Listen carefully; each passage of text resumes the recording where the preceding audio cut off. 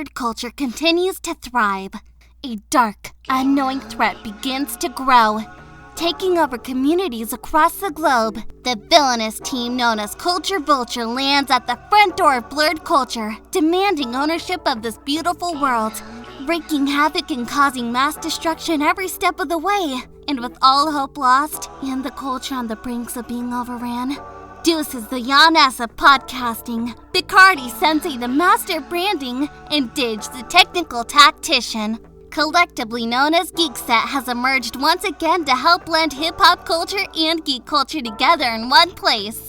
Tune in as Geekset curates the culture, celebrates our heroes, start the discussion on important topics, and take this culture to new, legendary heights that the world can be proud of.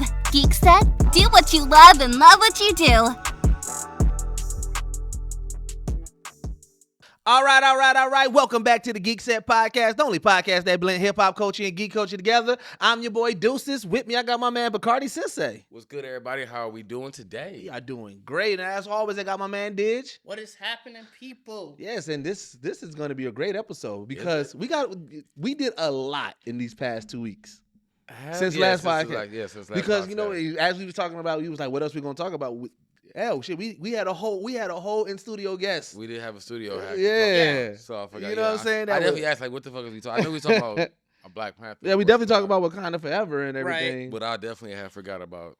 Yeah. It's been a busy week, but that should be a blur at times, man. Hey, it really do. That should be really flowing together. Like, I thought Studio Hack was like podcast day. Like, bro, I'm like, we got a podcast today? Like, yeah. that shit, dog. So we just did that. We just did a podcast. That should just be blended now, fam. I'll be forgetting about it. Yeah, but that's, hey, like I said, niggas stay busy, dog. Like, right, I'm saying. You know what I'm saying? Booked and busy, apparently. And as more stuff comes, there's going to be more times like that, bro. It's going to just flow, more and more shit just flowing together.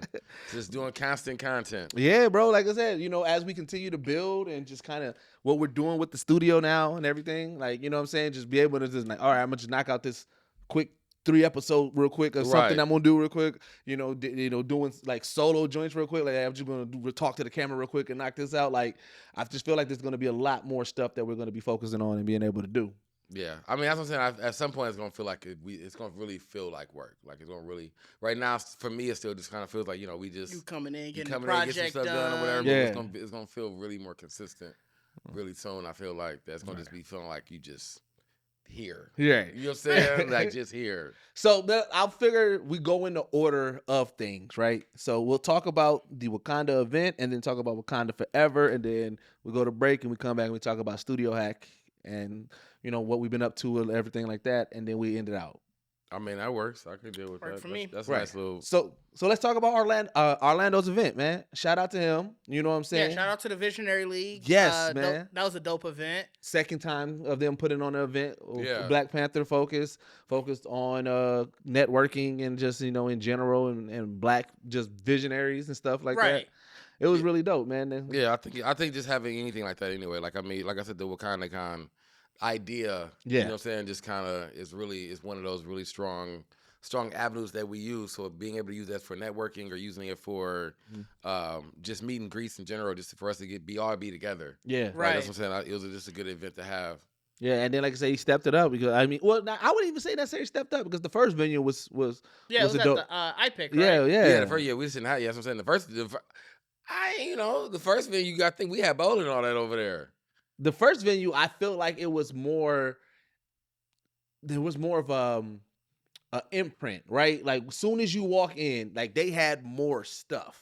Like in general, It was like, yo, all right, this is obviously an event where the Majestic, and I get it, Majestic's a little bit bigger, but it was like we were just in a section, right? And so, but it was just like it was more. They had them at a smart part though, because they definitely did.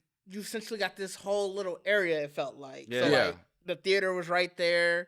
It felt like you were literally like, okay, all the other theaters are there, but this is y'all section. Right, yeah, that's what, So I mean, I liked the fact that like they still had the kind of ducked off area because you would still bring even other moviegoers, whatever, would come by and kind of see what's kind of going on over there. Right. You know, they had Channel 12 popped up, you know what I'm saying? That was dope. And he didn't even know that. What it was is the people he was partnering with, they knew it. So that was kind of a surprise to him. Oh, okay. About Channel 12. So that was pretty dope, you know what I'm saying? Oh, yeah. That's what I'm saying. I didn't know he didn't know. That you definitely got caught off guard then. That's great. That's great to have it. Yeah, because I was there when she told him. He was like, yeah, I think that's somebody from Channel 12. She was like, yeah, we brought them here for you guys. And he was like, what? It was like that. So I was like, that's pretty dope. Because whoever that lady was, I don't think I got a chance to get her name, but it was a Caucasian lady that was with him. That was helping out with a lot of things. But she was the one that helped set up a lot of the stuff and everything. But I was like, I thought it was dope. Yeah, that's a good look for not only for him, but for the organization and everything. And just in general for the community. Yeah, because it definitely showed it. Because of course, the two people who came cosplaying, what I'm saying? Yeah. They showed out. That was the, what I'm saying? But then like, girl had the Wakanda jacket. That that Wakanda jacket. Her jacket was, yeah, I saw her that jacket was fire. I saw that jacket moving around. That was cold. Yeah, so you know what I'm saying? Like the event was solid, man. The event was solid. It was a big accomplishment for them because, like I said, they was able to have that whole theater, you know what I'm saying? Yeah. And everything like that. So, I mean, hopefully they get some more opportunities like that to happen again. I mean, I know we're not going to get Wakanda Black Panther for a while. For a minute, but hopefully we can find some way, he can find some ways that, we can still utilize. Oh, yeah. Utilize that space, utilize that whole Wakanda. Yeah. Okay. Yeah, I mean, because like I said, Afrofuturism is kind of been like it's huge. It's huge. It's a lot emerging. of stuff that you can do with it. Remember that was sort of the whole idea of the Wakanda Con event was they weren't only just talking about Black Panther, they were also going in talking about Afrofuturism as a whole. Yeah. Right. So, I mean, I think, like I said, remember we met old boy at C2E2. He had his whole Afrofuturism comic book. Yep, he sure did. Was it a comic book or just a novel? Either way, he had a project that was very tied in Afrofuturism. I mean, I know in some of the one-on-ones that you had, people were talking about it. So it's something that people are definitely paying more attention to, getting more aware of, and are definitely trying to do more with, which is good. Yeah. So then we get into the movie. And we, right off the rip, that movie. Wait, what you feel like you got something to say? I mean, everybody had a smile on their face. I'm like, you got it. The movie started off heavy. Started off like, oh, you sad? I'm like that. Feel sadder. Fuck you. Pure chaos. Like, you've been gone for a while. Let me bring you back to reality. Hey, did you notice somebody said this phase, we really been dealing with grief this phase? I got a point about that when we get to the end of the movie, which is really good about the post-credit scene, why it made sense. Okay, because if you think about everything in this phase has been dealing with some sort of grief. Wanda dealing with grief.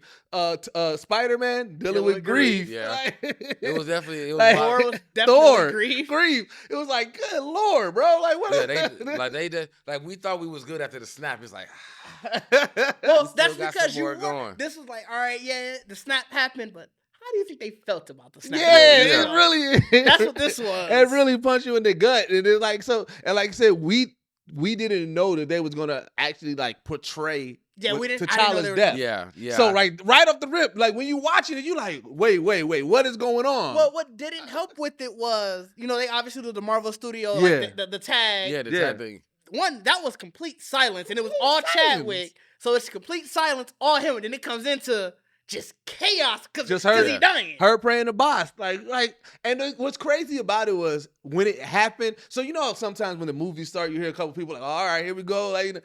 The theater was silent. Yeah, the theater was silent. It hit everybody like, yo. I think it was actually the other, because I think you can remember it started immediately in the whole of that. And when they announced it was done, when she said he's gone, and then they did. Oh, that's right. Then they did the market. Yeah, that's what I say. That's how you knew everybody was really shocked, because you watched that scene. Yeah. And when the Marvel thing wrote, really nobody didn't say nothing. Yeah, nobody said nothing. You really had to soak that whole pressure in. What didn't help from our showing is that it popped up for a second. Oh, yeah. We all of a sudden like, damn, they showing us like right in the middle of the movie or something. No, like, that's how they opened the movie. Yeah. Like, so that's why I said, so that's why it was even, because like for me, like I said, I'm used to seeing previews or whatever. So it's like, to not see, like, I don't know if that's how they did it with this movie. Like, if you there were previews. They showed the John Wick trailer. We just didn't get it because of our showing. I went and saw it again. I wanted to see the John Wick trailer. The John Wick trailer was nice. I went and saw it again, and they had a John Wick trailer. I'm a previews guy, fam. I'm really mad I didn't see the previews. Not gonna lie, I went and saw it kind of. I wanted to go see it again, but I also needed to kind of see those previews, and the John Wick trailer is cold. So I mean, so that's why I said, like, if you think about it, if you was watching trailers, whatever, and the fact like how the movie really ran, it really, like you going from the trailer to just like hospital scene, and like I said, we only heard that one little like T'Challa, you know what I'm saying, like saying his name, and you like, oh shit, they really doing this, Yeah. like that, you know what I'm saying? And I think that's what I said. I feel like that getting that out the way and using that moment to really kind of give like your last this is our moment of silence. Because like I said, it was no music. They just did the Marvel thing. It was like, this is our moment of silence with Chadwick. It was like, bro, y'all a lot, bro. You know what I'm saying? The second time I went, a lady was in tears. Duh. From that when he's gone to the end of the movie, it felt like she cried the entire because it was never like loud sobbing, but you'd always hear. Oh yeah. And I was like, bro, I hope she came with somebody because obviously I came with myself. I'm like, bro, I hope she ain't do what I did and just came alone. I hope somebody there just looking for like, hey. Remember Marcus said he was sitting by somebody who was there to do that shit the whole time, fam. He was like, dog, somebody was literally crying. No, he said he went again too. Yeah. Bro, that's what it seemed. The niggas who didn't go first night, emotions was heavy. I don't know if they just got told or what. Man. But niggas came in the next time. I think it's just the realization. Like you said, you were like, all right, they probably not gonna have a moment where we have to experience the death. That's what I'm saying. That shit gonna be on. That shit's on DVD, bro. Yeah. That's gonna be over and over again. That you know what this means. I'm like, that was hard. That was a lot. That was a lot. That was a rough. Especially because we knew he bro. That's why I said. Remember, that was my whole thing. Yeah. Well, like I said, I was like, bro, I don't want to watch this. He's gone to me already. Like I moved past that. And you know, and Ryan Coogler was like, "Have you though? Have you though? Have you and you know what? Have you really? I don't know if y'all noticed this, but this was the first thing that I noticed when they was walking and they was doing the funeral. Right, I felt like even though like there was people that was celebrating, like they do like the celebration. I feel like the cast was really mourning in that moment. Yeah, like because you like the way that Angela Bassett was looking. The extras. They all look like they doing the traditional celebration. But it seemed like and I don't know if that's how it always is, and obviously a traditional African style funeral, where it's just like you are still obviously celebrating a death, but it looked like they were just like, man, I can't even fake it. Yeah, it looked like the cast because that's why I was like, bro, like Ryan tough, bro. Fam, I said it at the beginning of the GV interview. I was like, fam, because I remember going in thinking, like, bro, there's no way they're gonna be able to make this work. I had to pull the Shaq when he told Christian Wood, I'm sorry. I didn't know your game. Yeah, Well, because that's the thing. He had a script already done that he gave it. So when you get the backstory, he had a script that was done and he gave it to Chadwick to look over it. And then like 2 or 3 weeks later, that's when he passed away. So he didn't even get Chadwick's notes or anything back. So he had to pretty much rewrite it from that point. Oh, wow. So it's like, bro, like everything that could make a movie fail was against Ryan Coogler. Like everything was, and he said, "I'm gonna step up and make sure I do this." Like, yeah, that's what I'm saying. Like he definitely, I was surprised by it. Like I'm not saying like I had extremely high expectations. I didn't pay attention to a lot of the trailers. I didn't do nothing. Yeah. I didn't have no idea what the story was gonna be. It was like crazy. I knew. I was just concerned. They took from the trailer and repurposed them completely. Yeah, because you thought I mean, I know we jumping ahead, but I thought the Angela Bassett with her saying I thought that was to America. Like I did not think she was talking to Okoye. Like dog, I'm stressing. First off, I'm sorry I didn't say it initially. Give her everything. Oh hell everything. yeah! I don't care what the award is, bro. It could be sound design. Angela Bassett won it. Yeah, she get everything. Yeah, Angela Bassett she was killing that shit. Like it was definitely the movie was definitely left in good hands. Yeah. Oh yeah. Like you know what I'm saying when Angela Bassett. Letitia Wright did it. If Angela Bassett can't win it, just give it to Letitia Wright. The fact that Letitia Wright, because you got to think she was not the main character. Now, and she got put into being the main character and stepped in those shoes so well. Yeah. She killed it. She stepped in those shoes and I think like even when you watch the movie in general, like you really get to see somebody dealing with grief in the moment, but also has to take the helms of being in charge. Yeah. Right.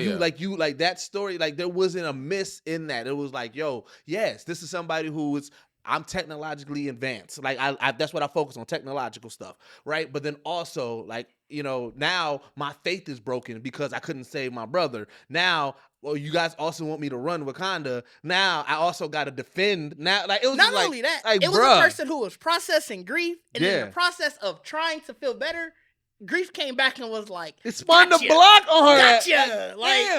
Dog. Like that was like that's really what threw me too, because it's like, all right, bro. all right, bro. Like we deal with Black Panther. Like Yeah. and you don't like, you know what? Ryan was like, well, fam, I gotta go harder with this. Then I was you know reading what I'm gonna bring it up. I was reading an article about Angela Bassett was upset that she got killed off. Really? And Ryan Coogler was like, well, we're doing multiverse and stuff. Now you might show back up. They said in the quote, she actually said, "What are we doing?" Really? Angela Bassett, I'm here for the long haul. I'm here for the long haul, my nigga. Like she actually said, "What are we doing, nigga?" So, like we said, like we were saying during the studio hack. That's the one thing comics ain't done really yet is the full on revival. Yeah. Could this be it? And then, I mean, obviously that's jumping ahead to what we think is coming next, but it was just interesting how he just happened to tell her, well, it's comics, things happen. It happened. Like, like he got, like, I mean, and I can see that, though. I mean, because I can even see that they try to figure something out. Like, you have to, like, you have to think how the movie would probably go. Right. There wouldn't be a lot of time that they can try to bring, like, I was mad that she was gone. Oh, yeah. That changed. That was another big. That was like it's a huge blow. Like, even if you think about just the power, the dominance in Wakanda, like having her gone too was like, bro, look now. Now when I see this next movie, like, what we doing? Well, like I said, like, you Angela Bassett, what we doing? Like, it's M'Baku's time apparently. Like, and he ain't had to do nothing really, but just chill. Hey, like, M'Baku is the funniest person in the Marvel universe. The funniest person in the Marvel universe. I mean, he mountain folk, fam. But when you think even from Black Panther, he was hilarious. Like the fact that bald-headed demon line was improv. No, that shit was strong. I know Winston Duke was like, I got something. I had to. Yeah. And then shout out to that because she just rolled with the punches. Yeah. That was like her reaction was truly just rolling with the punches for that scene and everything. Because I feel like they cut. Like when he said it, they kind of cut back. I feel like it couldn't stay on camera on her that long. Oh no, because I'm sure. Oh no, because when you look at her, she reacts, but you can see if she about to break. You can see she about to break. So it was like she held it as long as she could. They're like, we got enough. We got enough camera. We got enough. You know what I'm saying? Like, we cut it. But he got your ass. Like, he got your ass. I'm sure she was after the cut. She was like, hey, you got one. Right, hit that. Well, boy, you lucky we on TV. And you got to think too. I bet you in that moment, like that probably was like. Gave a relief to the cast. Yeah. You got to think everything up to that point was real serious. Yeah. You know what I'm saying? Dealing with it. And that was literally like the first joke in the movie. No, because that was that before? Was that wasn't before they went to MIT when they got Riri? Was it? Yeah, that's before that. Was it before that? Yeah, okay, before then. that. Yeah.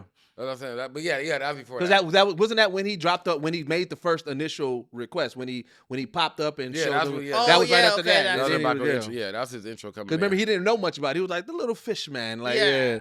He even came in with the carrot like that. He came in like I said, he be real mountain. That's why I love, because it's like he's supposed to be mountain folk. But yet he still speaks with such, like. Well, he said we're not savages. Yeah, right. Like that's why I love it. That's the second time he had to say that. Remember, he was like, "I feed you to it," and she was like, "No, we're vegetarians." Like, what are you talking about? Like that's why I love it, because he walks around like this, like you just like this is a fucking monster. Yeah, like we're not like that, fam. Like, don't do that. Namor, what are your thoughts on Namor? Cold. Yeah, I thought Namor was the changes to the origin, the way they came with the boy without sins, the movie No More. Yeah, I was like, nigga, this is amazing. So I said on a different podcast, I was like, I had low expectation for Namor because the way that Family Guy portrays Aquaman, that's how I viewed Namor. Oh, I see. So Namor, but I was like that too, Namor was always trash to me, right? So this one, I was like, yo, they actually made him beastie as fuck. Like, I mean, I think it's a problem. I think it's really the anger, like the dominance he had too, because it's still. I'm sorry, little man, some shorts and flying. I'm still looking at you like, bro, what is why? I mean, but even in the comic books, he's a beast. No, but he was still out of. I mean, I get it. He's an asshole in the comic books, but I always still looked at him like he was like.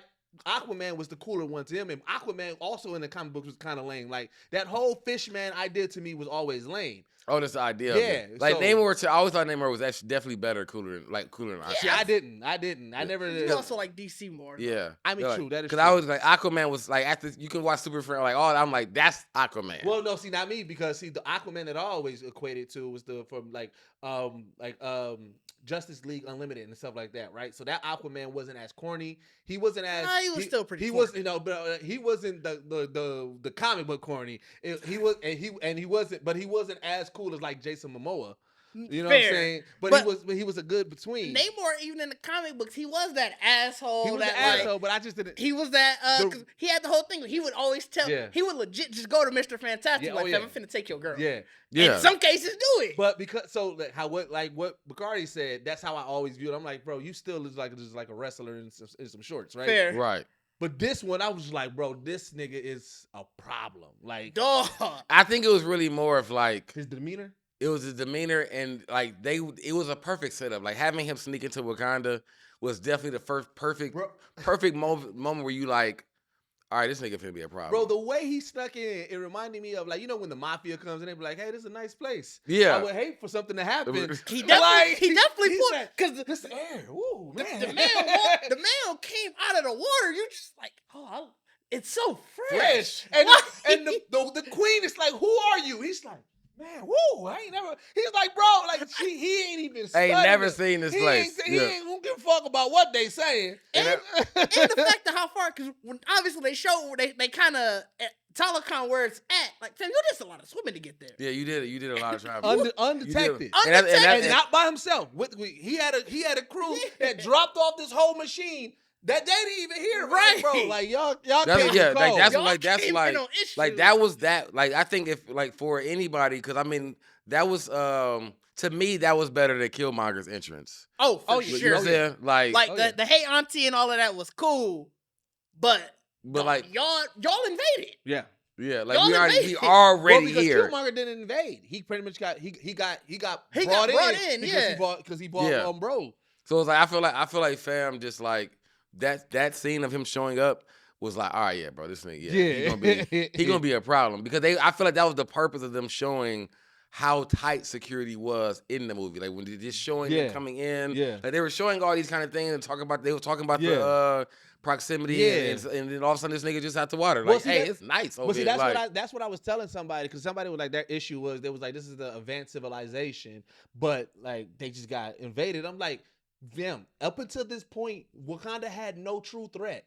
Nobody was getting through. Because even if you think about Thanos, until T'Challa said open the barriers, them niggas was just at the barrier. Mm-hmm. Like, they wasn't getting in easily. So like, and they was like, even Thanos himself, the only reason why he got in is because the nigga had a Infinity gun, right? A stone that take you anywhere. So it's like, so for the most part, like they this was a whole shocker. They wasn't ready for that. I mean, they also just wasn't looking at the plumbing. Like you wasn't looking at the water. Even when they went back, when they brought Shuri back, they was like, all right, cool. Like, okay, he got through, but like they ain't really coming through like that. Right? Like, they was not prepared for this type of invasion at all. Yeah. And it's not like telecom's not also a very industrial advanced nation. Like they are advanced as fuck. Yeah, like niggas like they ain't been in the water. That's all it is. Like niggas don't swim like that. You know what I'm saying? No. Like, who thinking about this advanced ass civilization underwater? And that's why I said like you ain't checked the plumbing. Like you got everything else outside of that. Like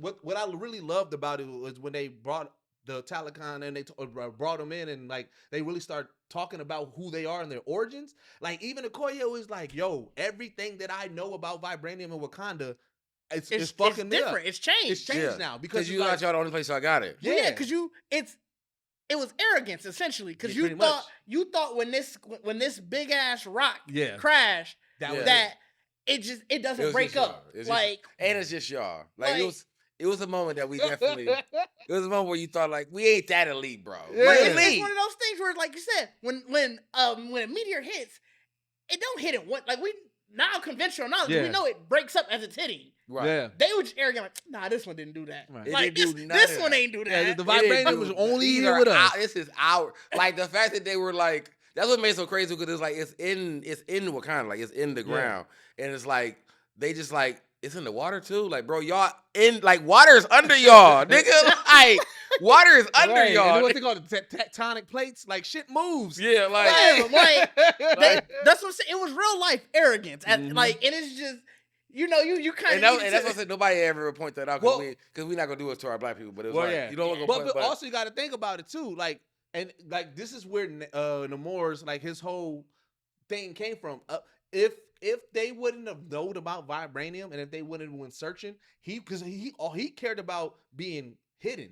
Like they was good being underwater. They wasn't coming up to the surface world. We wasn't seeing any of that. It wasn't until the government start fucking with them. They're like, all right, now we got to make our presence known. But like even Nemours, the way that he would do his threats, bro, this entrance was called the siren song. Well, yeah, the siren song. But like his threats when she was like, well, what if I just tell people? And he was just like, if you tell people about me, I'm gonna beat your motherfucking ass. Yeah, that's like his demeanor because he was like, oh man, this is a place. He's like, what if I tell you about you? Hey, that's really like he was really chilling with them. Like I'm just trying to get to know everybody. Right. We all good. He's like, just bring me the person. I'm like, no biggie. No biggie. Like bring me really, the first scientist. really on some cup of sugar type shit. Like, hey, we just missing on. We was looking for somebody. They lucky that Killmonger wasn't still. Killmonger. Because Namor would have showed up. He was like, yeah, we just need this one person. Oh yeah, go ahead. Let's go. Yeah, Killmonger probably would have been on it before. I'm like, hey, wait, you really want to fuck the surface world up? I'm down. Like, hey, let's make this shit happen. It would have been a different fight. It would definitely been a different fight. Yeah. He'd have popped in and been like, whoa, you a bad motherfucker. Come up, you know what I'm saying? Yeah. Killmonger would have been impressed. Nigga, like, whoa, boy, like, what you got going on down there? Right. So then they, like I said, as they move on, like I said, then we got to figure out who that scientist is, which we get introduced to Riri Williams. Oh yeah, which was just chef's kiss adding an American black person. Yes. To just chef's kiss. I didn't realize I missed that in Wakanda. I didn't even realize I missed that in Black Panther. Yeah. Oh, having the American black person and the African black person just. Cool. Oh, it was. Wow. I mean, we definitely didn't have that. No, like that was pretty much Killmonger for a quick moment. Yeah, for a quick moment. Yeah. But I like the fact that they also made her not like have to like act like she didn't know who they was. Yeah, because like you got to think once you meet royalty, it's kind of like coming to America. As soon as you see it, you're like, oh shit, like you such and such. Right. Yeah. Like she was like, what are you doing here, man? Right. Like you know what I'm saying, but. So I think we talked about it a little bit. Who do y'all think was who her professor was? So I've heard two theories that her professor, the one because they never. What school is she in? She at MIT. So they never named who her professor was. So there's the two theories that I've heard right now so far. The first theory is it was Reed Richards. And you got to think, remember, he was with Doom. He was working with him before but remember, Doom had ulterior motive. And so he didn't know. So he may have said, look what one of my students did. And Doom took it. And so did Doom. Or the other one, it was directly Doom. It was, I don't know necessarily. Well, it could be Doom. The Reed Richards one, the rumor is that, I don't know if you guys saw the Fantastic Four rumor. No. That it's supposed to be set in the 60s. Oh, okay. So if that's true, then that sort of wipes that out because. Well, I mean, he could be an old professor. I'm assuming 50s. If he hold on, 60s. What? So they're saying because they're the first. Yeah, they're supposed to be the first family. The first family, so they're going to tell. So I think if the rumor is true and they're set in the 60s, it's got to be that they're stuck in the quantum realm. It has to be because I'm assuming they're not going to have them come back out. I didn't think about that. Yeah, you're right. So I'm assuming the movie's going to be set in the 60s. They get stuck in the quantum realm because that's what they're using for time, essentially. So you don't think that they're not? You don't think that they're out yet? No. And so we was talking about it in another podcast, and somebody said that they think that we might get the first glimpse of them in Quantumania. Which, until I had heard the 60s rumor, I was like, "There's no way." Yeah. Now it's kind of like, well, maybe. Because my thing is this, the fact that they didn't name who the professor was. I do think it's somebody. It got to be somebody big. And then also the fact that they're working with somebody who's searching for vibranium. Mm-hmm. Like, this professor, it's not just no random professor. The Doom one, it could be. Because that would make sense. Because even if they're changing how Doom is going to be. True. Like, maybe that's why him and Doom start working together.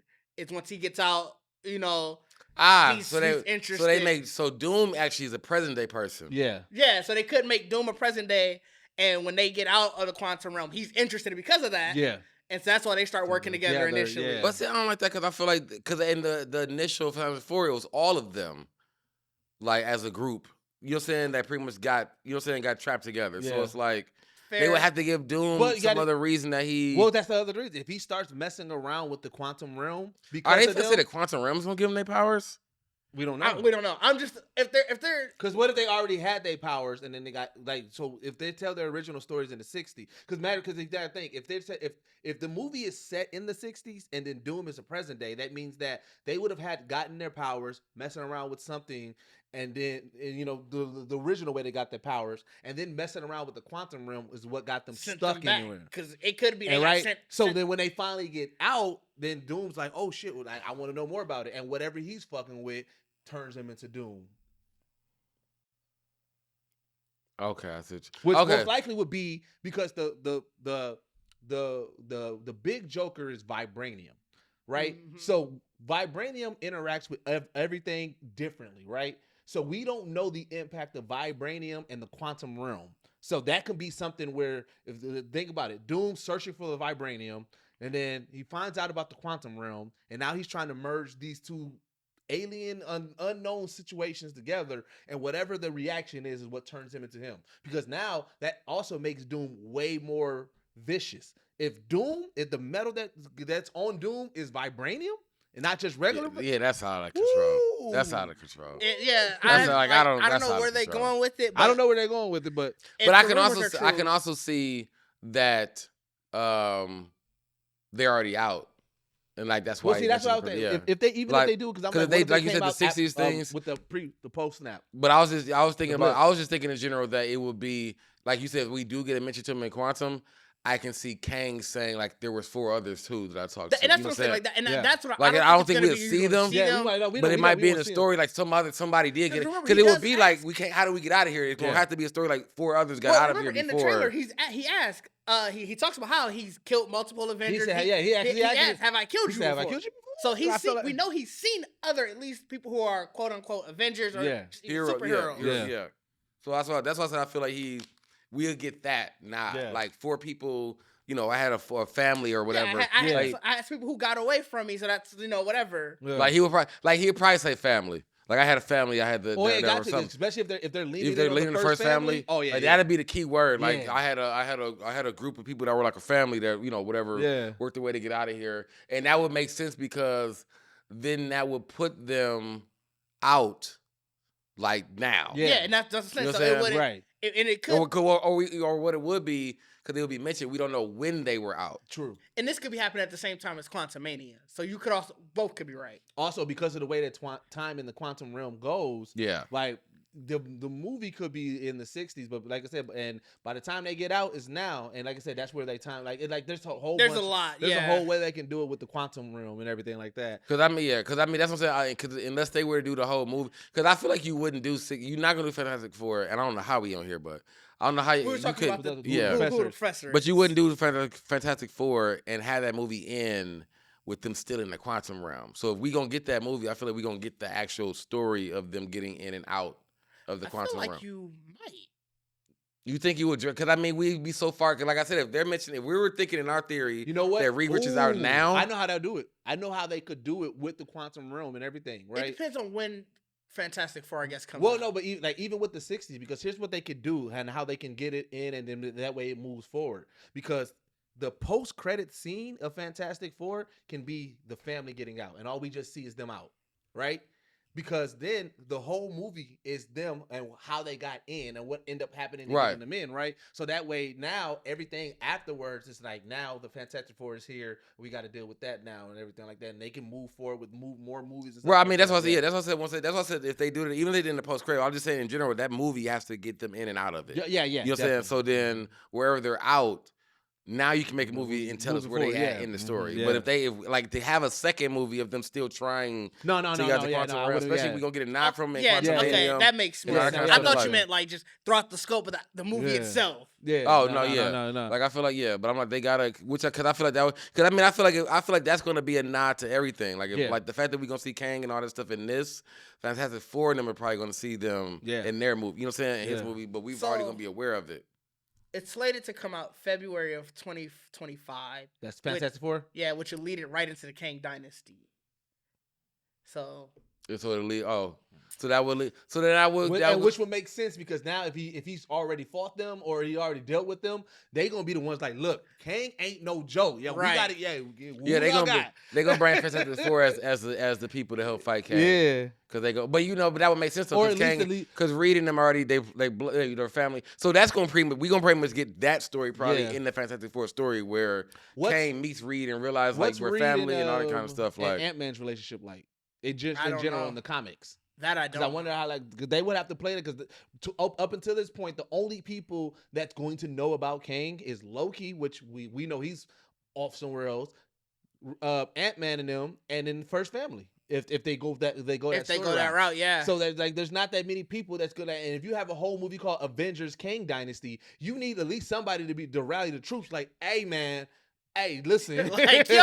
Right? Yeah. That's just a lot. Like, hey, I mean, they definitely trying to give us, they don't definitely by that point, by 25, we have a view on a whole new Avengers and stuff like a new Avengers team. So it's like, that's really, like you said, it's like, that's how I picture it anyway. Like someone between Loki, the Fantastic Four, and Ant-Man, someone has to pretty much rally everybody. And like I said, we've already lost so many people, so it's like, even if you look about how the stories and everything are now, everybody are still in their own. Everybody's on their own, on their own thing right now. Shit. So somebody at some point has to fall in and really just start breaking. Because I mean, and you know what? It might get it sooner because we might get it through Secret Wars and all that kind of shit too. Where it starts breaking. Secret Wars is after Kang Dynasty.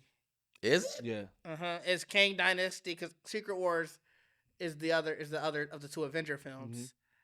What's the series? I thought we was getting that Nick Fury. Oh, you thinking about Nick Fury's series? Oh, Secret Invasion. Secret Invasion. That's what I was like. So many secrets, dog. So many secrets. Oh, what? Secret everything. Right. So then let's get back to let's get back to Black Panther. Yeah, the funniest scene in the movie that we get is when the police, when they raid that motherfucking nigga and say, "Oh shit, she got an Iron Man suit."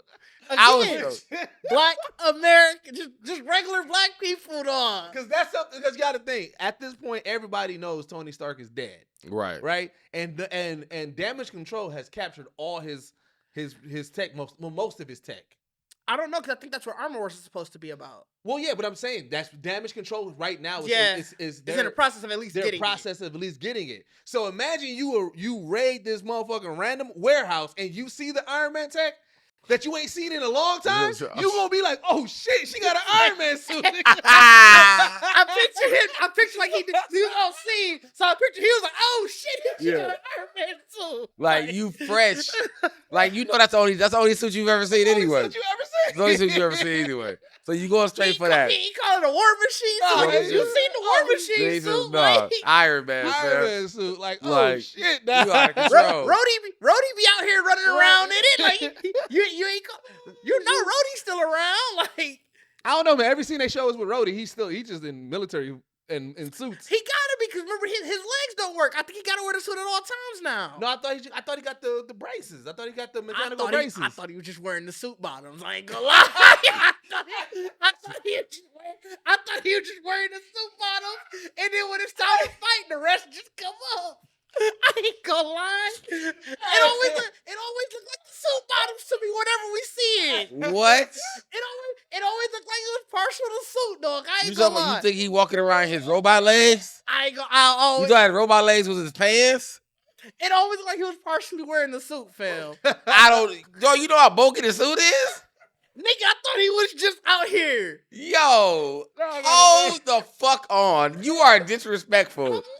I in real life thought that he was just partially. You thought this nigga was wearing Iron Man legs and a blazer? All times I thought this nigga was just wearing partially the suit. Cause I don't. As a matter of fact, in Captain Falcon versus Falcon. Winter Soldier. I definitely just butchered that. I was about to call it nigga bird. Kevin didn't get it too much. Like, but I could have sworn even in that scene they only showed him like chest up. So I was like, okay, because they ain't want to show the. I don't remember seeing. He had like just regular like braces. It wasn't the full suit. I don't know that. Bro, Tony bogus if you think that he would do that to fam. That ain't friendship. Hey, he was like I got you a whole suit. Just wear the suit from I now got on. you, and what you the way you just brushed me like, where's the suit go, nigga? Like, hey, get out my face. You out of now. Like, I swear. do you know how loud you would be everywhere? Like, nigga, like heavy feet. You don't think Stark Technology got that, Bro? Where it's just His suit can fly, bro. I'm mad that you would think that this nigga will be walking around like, you know what? I don't gotta be walking because I got boosters on my feet. I didn't mean like that. I meant like they quiet on a quiet step. But I'm just saying in general, like on a good day getting to the office, if he's running late, Nigga, I'm already in Iron Man. Bro, this is what he has on. This is not the Iron. That is not the Iron Man bottom, just bro. nice. That's seen it all. That's in Endgame. Is it? I definitely thought in Endgame he had it on there. You thought the nigga was just like Iron Man Look, legs? that's the last time we saw him just like walking. I definitely thought in Endgame. That's why, because like I said, I thought that was the last time we fully saw him walking, and I could have sworn. No, the last time we saw him walking was Civil War. Oh no. Sorry about Civil War was the last time he had regular legs. But I'm saying about like after that, like because we didn't. I'm pretty sure in Falcon and Winter Soldier, it was only like here. Like I don't think we ever saw his full body in that one. So again, because I was like, nigga got. But you didn't think he had hose on? He thought I'm just more mad that you thought this nigga was walking around in Hulkbuster legs, bro. Because this is the Iron Man. He thought these bottoms was on him. Like real Iron Man legs, bro. Like you thought this nigga was looking. You ain't throwing no pants on them. No, you cannot. No, you cannot, bro. Bro, you can 100%. Do you know how bottom heavy this nigga would be, bro? You buy bigger jeans. You got that shit out here bad.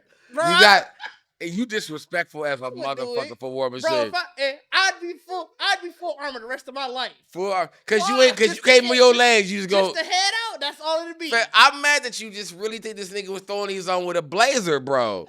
We only saw one time in the blazer after though. And a button up. We nigga, only like, saw one time in his military gear after that, and it was military gear. So I'm like, they clearly ain't finna care because he is a soldier. In Falcon and the Winter Soldier, I'm pretty sure we only saw him from the waist up. That's why I was like, it makes sense. They didn't want to show it. You know, because it would be weird to see the nigga in Iron Man legs. It wasn't necessary no more. He in War Machine, bro. No, bro. Bro, you really don't. I don't believe you that you really believe this. I really did. I really don't believe that you thought Tony Stark would do that to him. Bro, I was almost positive. Tony Stark said, "I got you a War Machine shoe, bro. What the fuck else you need from me?" Half that. You ain't gotta make it sound so hard. We're half that motherfucker. It is hard. No. Like, bro, Tony Stark would have been on this nigga ass forever, walking around in just the War Machine legs. I didn't even think about the funeral at the end of Endgame. That clearly he slipped definitely my had mind. pants on. Regular clearly slipped my mind. Like, dog, I'm so pissed at you, bro. I'm not gonna lie. I real life just thought like, all right, that's what he did from now on. I'm not kidding. I was like, I mean, I believe you that you thought that. Carter don't believe me because you can't possibly fathom that. I know you can't, but I believe he thought that. I couldn't even. The fact that you would think that none of the superheroes would even look at this nigga funny. Like, you just gonna wear your legs all the time? Bro, they have so many scientists around them. You think that nobody was gonna create them? Somebody would be like, bro, somebody would have stopped War Machine like, bro, you doing a lot, bro. I real life, I was just like, all right. Like, you like your legs, but you like these or something? Like, you like the suit? Even then. No, you know what? Even then. Look, it was plausible because you only see up to here. You only see up to here. So it's like, even then, it was plausible. When the CGI, no braces on them, fam. Because the nigga was in half the War Machine. Dog said he was already half cocked for battle every day. So you see, in the Falcon and the Winter Soldier, you see clear pants though. Do you? Okay. Yeah, you see, like it stops like literally right here. You can see his hands in his pocket. Matter of fact, you can't put hands in pockets in metal bands. No, because he's saying that this nigga's gonna put the pants over the metal band. Ass, dog. This nigga said he is. No, you can't tell me this don't look kind of armorized.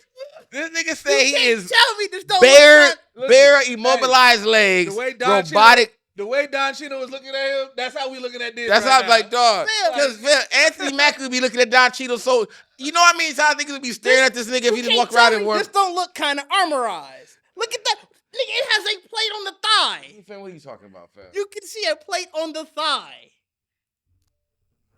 Okay, no. Matter of fact, you get to see full legs in this scene.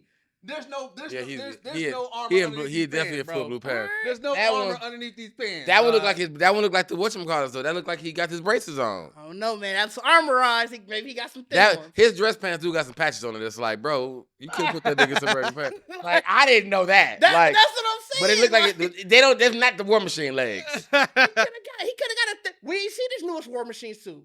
He could have got a thinner one. Every time Tony got a new suit, it was thinner, more sleek. Tony got new suits. They didn't Tony, really. so you telling me Tony last gift to his best friend wasn't gonna be like, bro, I got you a sleeker suit. Bro, you trying to tell me that he came as half War Machine to Tony Stark wedding? It's to not Tony Stark wedding. It's funeral. Funeral.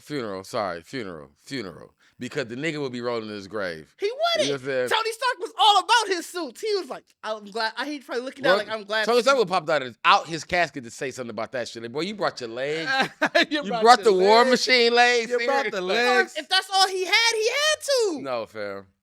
So are you saying that you think? I get it, I was wrong, nigga. I get it, I was wrong. I mean, this is later. Because like Falcon on this later. So do you think that them was the War Machine legs, and then later on they probably like, we gotta get this nigga some better shit. Clearly, I just misremembered. Like, nigga, I was wrong. Okay, I get it. You ain't even misremember. You stuck with it because you was like that's why they only show half up. Like, cause that nigga got I'm giving you the reason why I thought always up until nigga. I get it. I was wrong. I love it. But I definitely thought like, all right, nigga, just War Machine legs. Violence, just walking, dog, just walking. I feel it. So one thing about Wakanda Forever that I do love. No, it's all right. One thing that I do love, and I didn't even like. I like the fact that the Dora Milaje, they are beastie, and not just because we're women, we can do this. Right. Like when you think about Wakanda, and you think about all their factions, right? You think about the Jabari tribe and things like that, right? It's literally like just Army, Navy, Marines, like that, right? So it's like, it's like the Dora Milaje are so beastie because even in that scene, like we skipped it, but the beginning scene when the government tried to that scene was so cold. When they try to sneak the vibranium, right? The trailer, and she was like, y'all think just because our king is dead. Right, and I like the fact that it wasn't like, we got these women. Like, no, it was just like, nah, nigga, we got Dora Milaje, and they was beastie as shit. Yeah. Man, the fact that she was telling it, and we're seeing it kept switching back and forth, so we could see what happened, and then at the end they just bring them in. And she was like, and also these y'all people, right? This y'all, like, right? Like, don't come. That scene was like that was the scene that I said when you talking about when she was like you took everything from her that I thought she was gonna do it there. Me too. You know what I'm saying? Because I thought she was. That's how they framed it in the trailer. That's what I'm saying. Like, but in the trailer, they frame it that way because she comes in. They show the people when all the guys they put down their microphones, and she starts talking. So it looked like it was supposed to be there. Right. So that's why I thought it was like I thought that she was. When going through the fight, like as she was talking, but at the end she's gonna be like, you know what I'm saying? Like, nigga, what's wrong with y'all? Like, you know what I'm saying? Like why would y'all even be on this? But that I think showing we needed that because I definitely that's what's like the difference between Black Panther and like the Wakanda Forever movie is that you're seeing Wakanda as as a country on the, you know what I'm saying? Like how we handle all of y'all. Like y'all think we just Wakanda is just one person. Like we've been handling you niggas forever. Like, you know what I'm saying?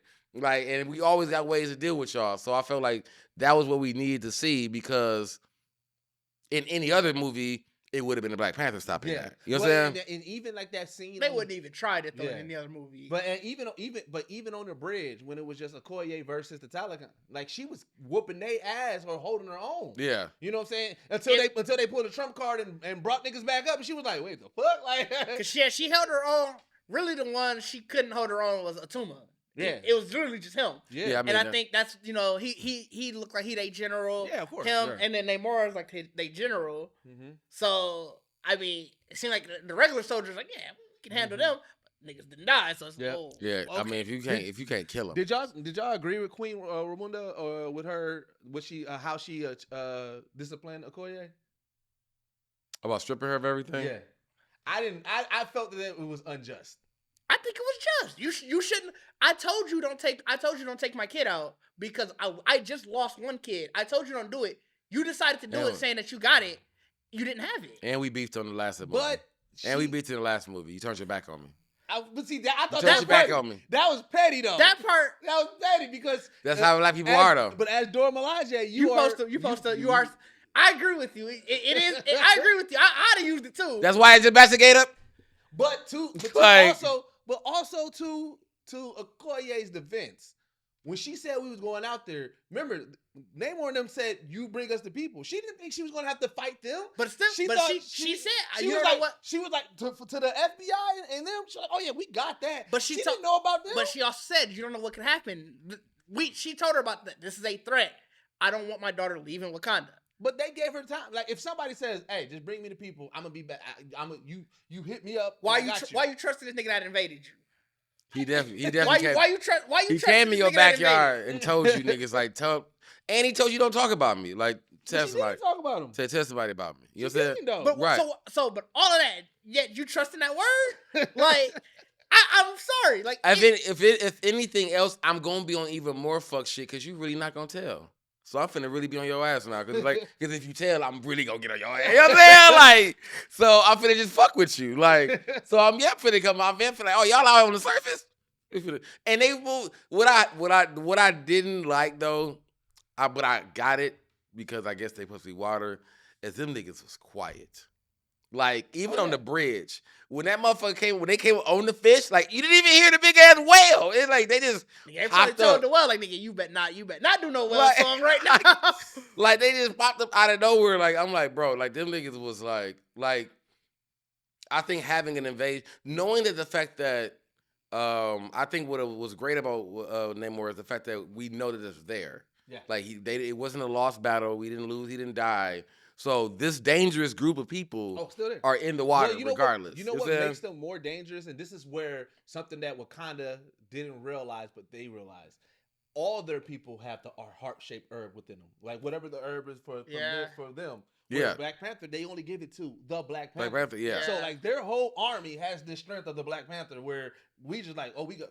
But it also it proves how beastly the Dora Milaje is. Even though they was losing that battle, they was holding their own for a minute, right? Yeah. So it's like, even without it, but imagine if they gave all like the Jabari tribe, Dora Milaje, what's Daniel Kaluuya's group called? They were just River Tribe. River Tribe. Like, just imagine if all of them had the heart-shaped herb within them like that. Wakanda would be extremely beastie. But then it also made me realize, like, the government, they're trying to get vibranium. They don't even know about the heart-shaped herb. They want the vibranium. Yeah. So imagine if the government knew about the heart-shaped herb. Like, yo, like... They already tried it with the Super Soldier program. Imagine you could have a natural one that's more effective. Right? But that's why I'm like, you gotta think about it now that that can become some kind of trigger for some kind of like fight because Shuri can make it. You know what I'm saying? Well, I don't think it's because Shuri. I think it's because Valentine knows. Remember, she had the whole thing. Yeah.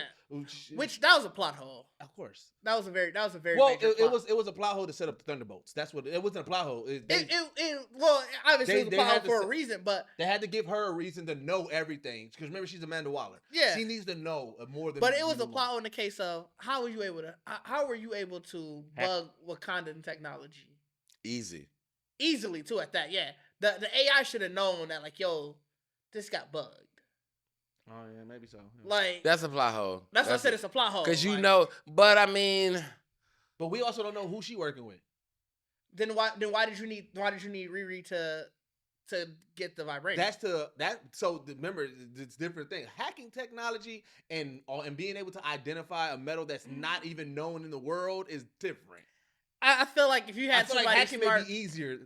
I feel like.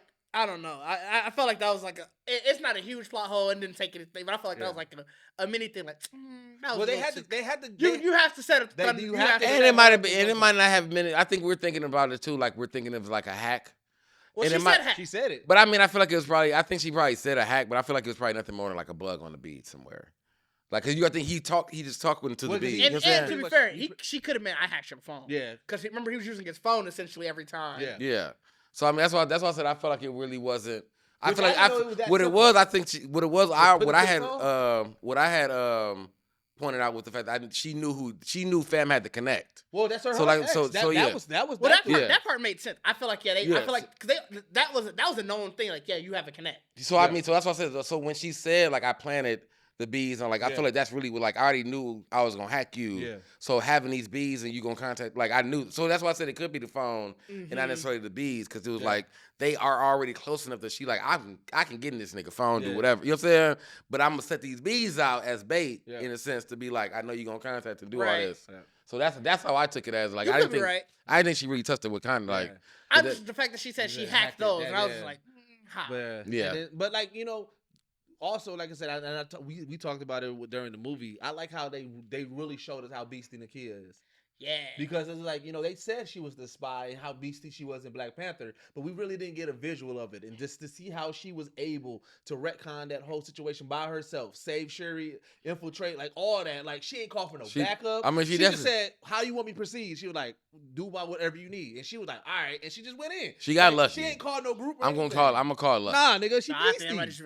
Hey, hilarious side note. Nobody was there, like, bro.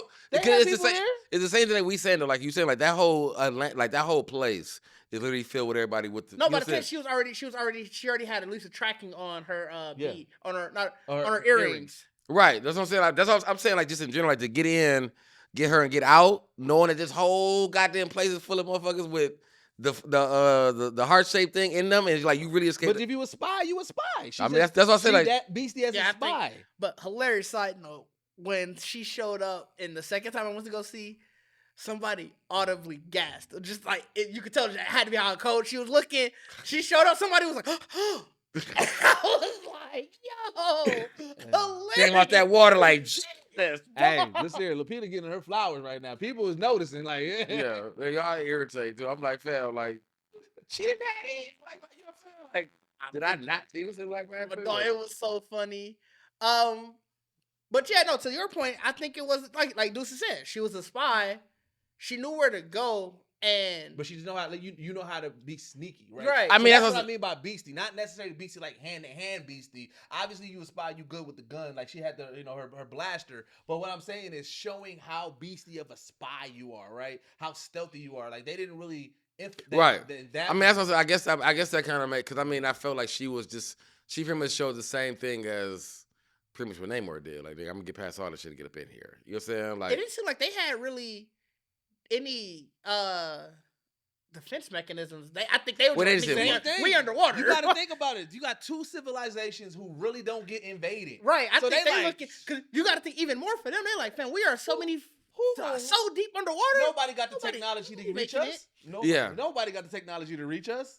You know I mean, I get it. Yeah. So I mean, that's what I'm saying. I mean, like I love the save. I wish the save would have been more. Like I wanted to see a nice little fight, whatever. I feel like it was like what you said. It shows off her skill. Like she is a sneak in and out. Like I'm gonna get you in and out of here. Like even the fact, like dog, even how fast it was. Like because you gotta think in movies they always have that moment where they get out. Yeah. Oh my God, I'm so glad you saved me. Blah blah blah blah blah. Yeah. And some, like no, as soon as she got out, hey, where y'all at? Got up, got back in. Boom. They was like that motherfucker was. It was definitely extraction. Like we ain't got time to talk. Play nothing.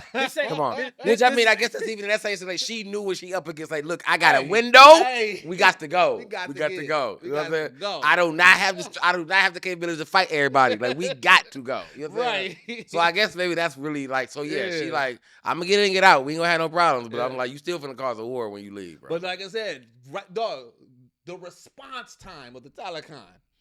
Like, it was like them their next scene. It was next scene. They got, we got you. We saved you. Oh my God. And then all of a sudden, they like, what the fuck? And then that motherfucker came bro, through. they fucking knew already, like we getting invaded. Niggas saw that water like, bro, no, we getting invaded. Bruh. And that's what I said. Ain't that been that much water in Wakanda, nigga? Like we get invaded. They didn't even have enough time to alert. Like they came in, Shuri was like, "Hey, we about to go to war." Like she was trying to tell them they didn't have enough time to even warn everybody. No, because that's right. Shuri had her reunion with Ramonda, and then remember it switched to seeing Nakia and Okoye talking, and that's where they talked, because it was literally like next scene. Yeah. Both of those are happening. They're like. Yeah, like there's a whole lot of motherfucking water around this motherfucker. Shit got crazy, fam. Crazy, dog. They flooded that motherfucker so fast. Yeah. Not a care for kids at all. They was like, nah, fuck that. We flooding that old shit. And then that scene sold me on Namor being a beast. Because I was like, I never was a fan of the wing feet. right? But I was like, the way that they utilized that, how fast he was, like, that nigga was Yeah, juking. dude was in That nigga was Barry Sanders, dog. That nigga, dog. He was out of control with them feet, bro. They snapped with how they did that. That nigga was a beast. I was like, dang, Like dog. that, he was out of control with the feet, fam. Like that's what, like that was like if it's one thing, and I know that's what we supposed to have got out of Wakanda, like out of this movie, but it's like we talking about, it's like all grief, like that's like seeing Black Panther and seeing like the majestic landscapes of it in the beginning of just the first movie, and then literally seeing that shit get decimated. Like we finna just tear all this shit up with water and just animals and chaos, and nigga, you got motherfuckers singing, got niggas jumping out, like, bro, I'm like, bro. I told you the siren song. Like, bro, y'all are taking Wakanda. Like, they really don't got nothing for them. Well, so it's the same thing that they did with for Ragnarok. You know what I'm saying? Like and that's what, remember, that's like even when in Thor, it was like not Thor, in She-Hulk, when he was like, Thor's speech like is not gonna work in court. What she was saying, like, the people is like that we are, right? So when you think about if you think about the name Wakanda Forever, it's like, the Wakanda is the place. No, I think you could. Oh. I'm just wondering why it looked like it was so low. Yeah, Wakanda is the place, but it's like, it's really the people, right? Right. You know what I'm saying? And I think that they kind of touched on that a little bit when they migrated and moved everything to M'Baku's area and everything like that. Remember they brought everything. So it is that. It's like, wherever the people go, we're going to be Wakanda. You know what I'm saying? No right, what, yeah. You know what I'm saying? I mean, I think that was definitely the idea, the idea I got out of it. From just how the movie kind of transcended and got, going out there Wakanda Forever. I mean, even when they, got they win. Yeah. You know what I'm saying? They was definitely like, Wakanda Forever, nigga. Like, we won? They're like, we won? Hold up. Wakanda Forever. Like, immediately, nigga, like. That's why I did that TikTok. Like, hey, a win's a win. Like, hey. Like. But, dog, like, and then, like I said, that same scene, bro, I'm just like, there's no way they about to kill off Queen Rwanda. Like, dog. I didn't think she was going to die either. That threw me. And then even that nigga said, hey, mourn your dead. I'll be back in a week. Mourn your dead. That's what I'm saying, like, bro. Mourn your dead. I'm gonna be back in a week. Bro, he was out of control. Beastie. Bro. I leaned over to the person next. I said, hey, that nigga gotta go. Yeah, that bro. Nigga got to go. Like, bro, like you ain't like, bro. And that's really what was crazy, was because like you ain't even really touched the world yet. But like, I can beat y'all ass though. I'm gonna take all y'all shit over. If that's right there, you gotta think, even though they like technically lost, he right now probably feels like, can't nobody stop me. I beat the only other civilization that would pose an actual threat to me. Yeah. Ain't nobody stopping me in this world. Like, nigga, fuck that. Like, no. Like he really, and that's what I'm saying, because that's really the harsh thing about it is the fact that regardless how Wakanda Forever ended, like we still took the biggest loss. Like, you know what I'm saying? Like, y'all maybe got Namor as an ally, but he took a lot. I don't trust that ally shit. Like, he took but even the way he told her girl, he was, because pretty much no matter what, Namor wants to destroy the surface world. Yeah. Right? So now, instead of him being on the offense, he's like, look, you can't trust them white folks. They gonna fuck with Wakanda no matter what. Right. And when they do, they gonna come get us, and I'ma still get what I want, which is fucking up the surface world. Like, either way it goes, and then he probably gonna be, and he knows, I know we can actually beat them, so I'm just wait for my turn, knock them out, and then beat them last instead of beating them first. Right. I mean, that's really good. Yeah. I mean, that's how I pictured it, because it's like, I'm like, there was no, in my mind, in truth, realistic watching, there was no win in it. You know what I'm saying? I do think though that he might be a little weary about Shuri, because remember, he thought he won when he impaled her, which he thought he had it. True. And true. Remember, she didn't already cut off one of his wings. Yeah, she did. I mean, they injured each other. Yeah, but her I feel like the way, because he was done. Well, also I think that you got to think, up until this point, he probably didn't even have a soft spot or a weak point, right? Yeah. It's clear that he got the little soft side for Shuri at this point. And well, so that may he also didn't realize that he had a weakness. Yeah, and so that may be, she grilled that nigga. Yeah. So like now he's like, damn, like yeah, all right, I do got to worry about her. Yeah. Right, You so know that's what I'm saying. Like, Yeah. I mean, think it's he really that, little, yeah. Because, I mean, you think you all powerful when there's somebody exposed your weakness where you didn't realize you even had one. So you like, all right, so I can be beaten. Yeah. Like, you know what I'm saying? I thought I was really in God mode out here. no, You know what I'm saying? they literally called him a god. So he was like, gone. Yeah. So also, I've been saying that all week. Like they do not call him general or king. They call him gone. Like, the yeah, feathered serpent god. That's a lot, fam. Like, M'Baku, same thing. He always has that moment because remember in Black Panther 1, everybody was saying we have come from the mountains. Like he always has those moments. He gets a nice little monologue, fam. Like, y'all gonna let me talk, bro. Well, he had him right. He was telling the story to the entire civilization. Like, come gather around, guys. Yeah. But you know what? I also like his growth though as a character too. You got to think like even the conversation that he had with Shuri. She was like, "Wait, I thought I was a child that scoffed at tradition." And the realest shit he said, "Fam, after everything you've been through, you are no longer a child." Like that was a real ass moment. That was. I mean, M'Baku been around. That's what I'm saying. Like you got to think like he's always been like even been saying like I've been I'm advisor. Like you know what I'm saying like. Motherfuckers respect M'Baku. You know what I'm saying? Even how you could tell in the first one where he was all about when he came to challenge, he was supposed to represent that like I just wanted to fight. Yeah. Even this one, he was sort of being the voice of reason because obviously Shuri got in his mind like fan revenge. Yeah. And he like, well, what is that really going to accomplish? Well, even think about like in Black Panther in general. Remember, it was his tribe who saved T'Challa. Yeah. And then his tribe, like he, no matter what, he always showed up. When T'Challa, you would think they was like, damn, M'Baku got him. Like, dog, this is about to fuck him up. He's like, nah, I'm good. Like, let's say, bro. Right. But then he was like, I ain't in y'all war though. Y'all do y'all thing. But then at the end, of course, who show up? You're like, all right, man, this still Wakanda forever, man. Fuck this nigga. Right. He like Killmonger on some bullshit. Like, nah, I still got pride. I ain't rolling with bro. So it's like, it's Wakanda forever still, nigga. You know like, what I'm saying? I don't like you, but we ain't gonna let this other nigga come here. Right. You know what I'm saying? At least I respect you. Like this nigga, I don't know. Like I didn't know this nigga from the back of my head. City ass nigga come here. You know what I'm saying? But then, like I said, the reveal, like I said, hey, how does hair grow in the afterlife? Hey, man, let's hear it. I think it's how you vision. I think that's how it was. It's how you look at it. Sherry, he was looking in the mirror like, bro, I need to grow these. Sherry put some age on him, fam. Like, you know but like, Michael B. Jordan played Menacing very fucking well. Yeah, he can get. Oh, I mean, they put the little gold. They gave him the look. They gave him the look, but the way, like, bro, I was telling somebody, I was like, I got straight big cuz who got out of jail energy. Like, you know what I'm saying? The big cuz that, like, he gonna tell you, like, he gonna give you some real shit, but it's like, he gonna tell you harsh. Because when she was like, nah, like, he was like, man, fuck all that. Like, you on that bullshit just like I am. Like, that's big cuz energy. Like, hey, you like, nigga, you like, I'm here for a reason. Yeah. Like, well, he was like, you could have seen anybody. You could have saw T'Challa. You could have saw your pops. You could have saw, nah, nigga, you saw me. Like, well, because somebody brought up a very good point when most of the Black Panthers, when they take it, it's not they're not coming to take the heart-shaped herb in a place of where you're angry. Yeah, of course. You are in grief and anger. Yeah. Whereas she did, and that's why she saw him.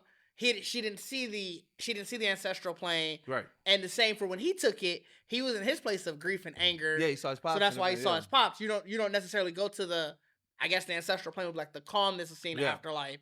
You see somebody who's sort of, I guess, representation of your grief and anger. But I mean, so are they planned? Was that after the Killmonger fight? Like, is T'Challa's death pretty much after Killmonger's fight? What do you mean? Or like how much time was it? Was it like? Well, I don't know what time the timeline between end of Black Panther 1 and Black Panther 6 years. Wakanda Forever 6 years? Because it's after the blip and it's 1 year after T'Challa. Oh yeah. Okay. No, yeah, that makes sense. So then T'Challa was 5 years after Black Panther then. Yeah, his death was 5 years after. Okay, and then the movie said 1 year later. 1 year later, so the movie's 6 years after. Right, like I said, what we saw in the beginning was 5 years. 5 years after, Okay. But also, like, you got to think too, but like with her, she does have a deeper connection with Killmonger because even her suit was still inspired by Killmonger as well too. And like, you know what I'm saying. So like, I was saying like one of the things I loved, and not necessarily love, but like I thought it was done well, was that like Queen Ramonda, like her biggest fear became Shuri's reality, which was losing everybody. If we didn't get that last final scene, then exactly what the Queen said, I lost everything. Shuri literally lost everything and everything. And I said that was just like a masterful way that they did that. Like, damn, like, yo, you really felt bad for her throughout this movie. Yeah. I mean, yeah, it made me. I think with it, you had to really see the growth quickly because for me, it was really like, fam, I don't even really want you to be Black Panther because you got a lot of shit. You got a lot of shit, bro. You know what I'm saying? So it's like, and I'm like in my mind, like, so like I said, for me, it was a surprise. I did not see the flower getting made. I didn't think about that at all.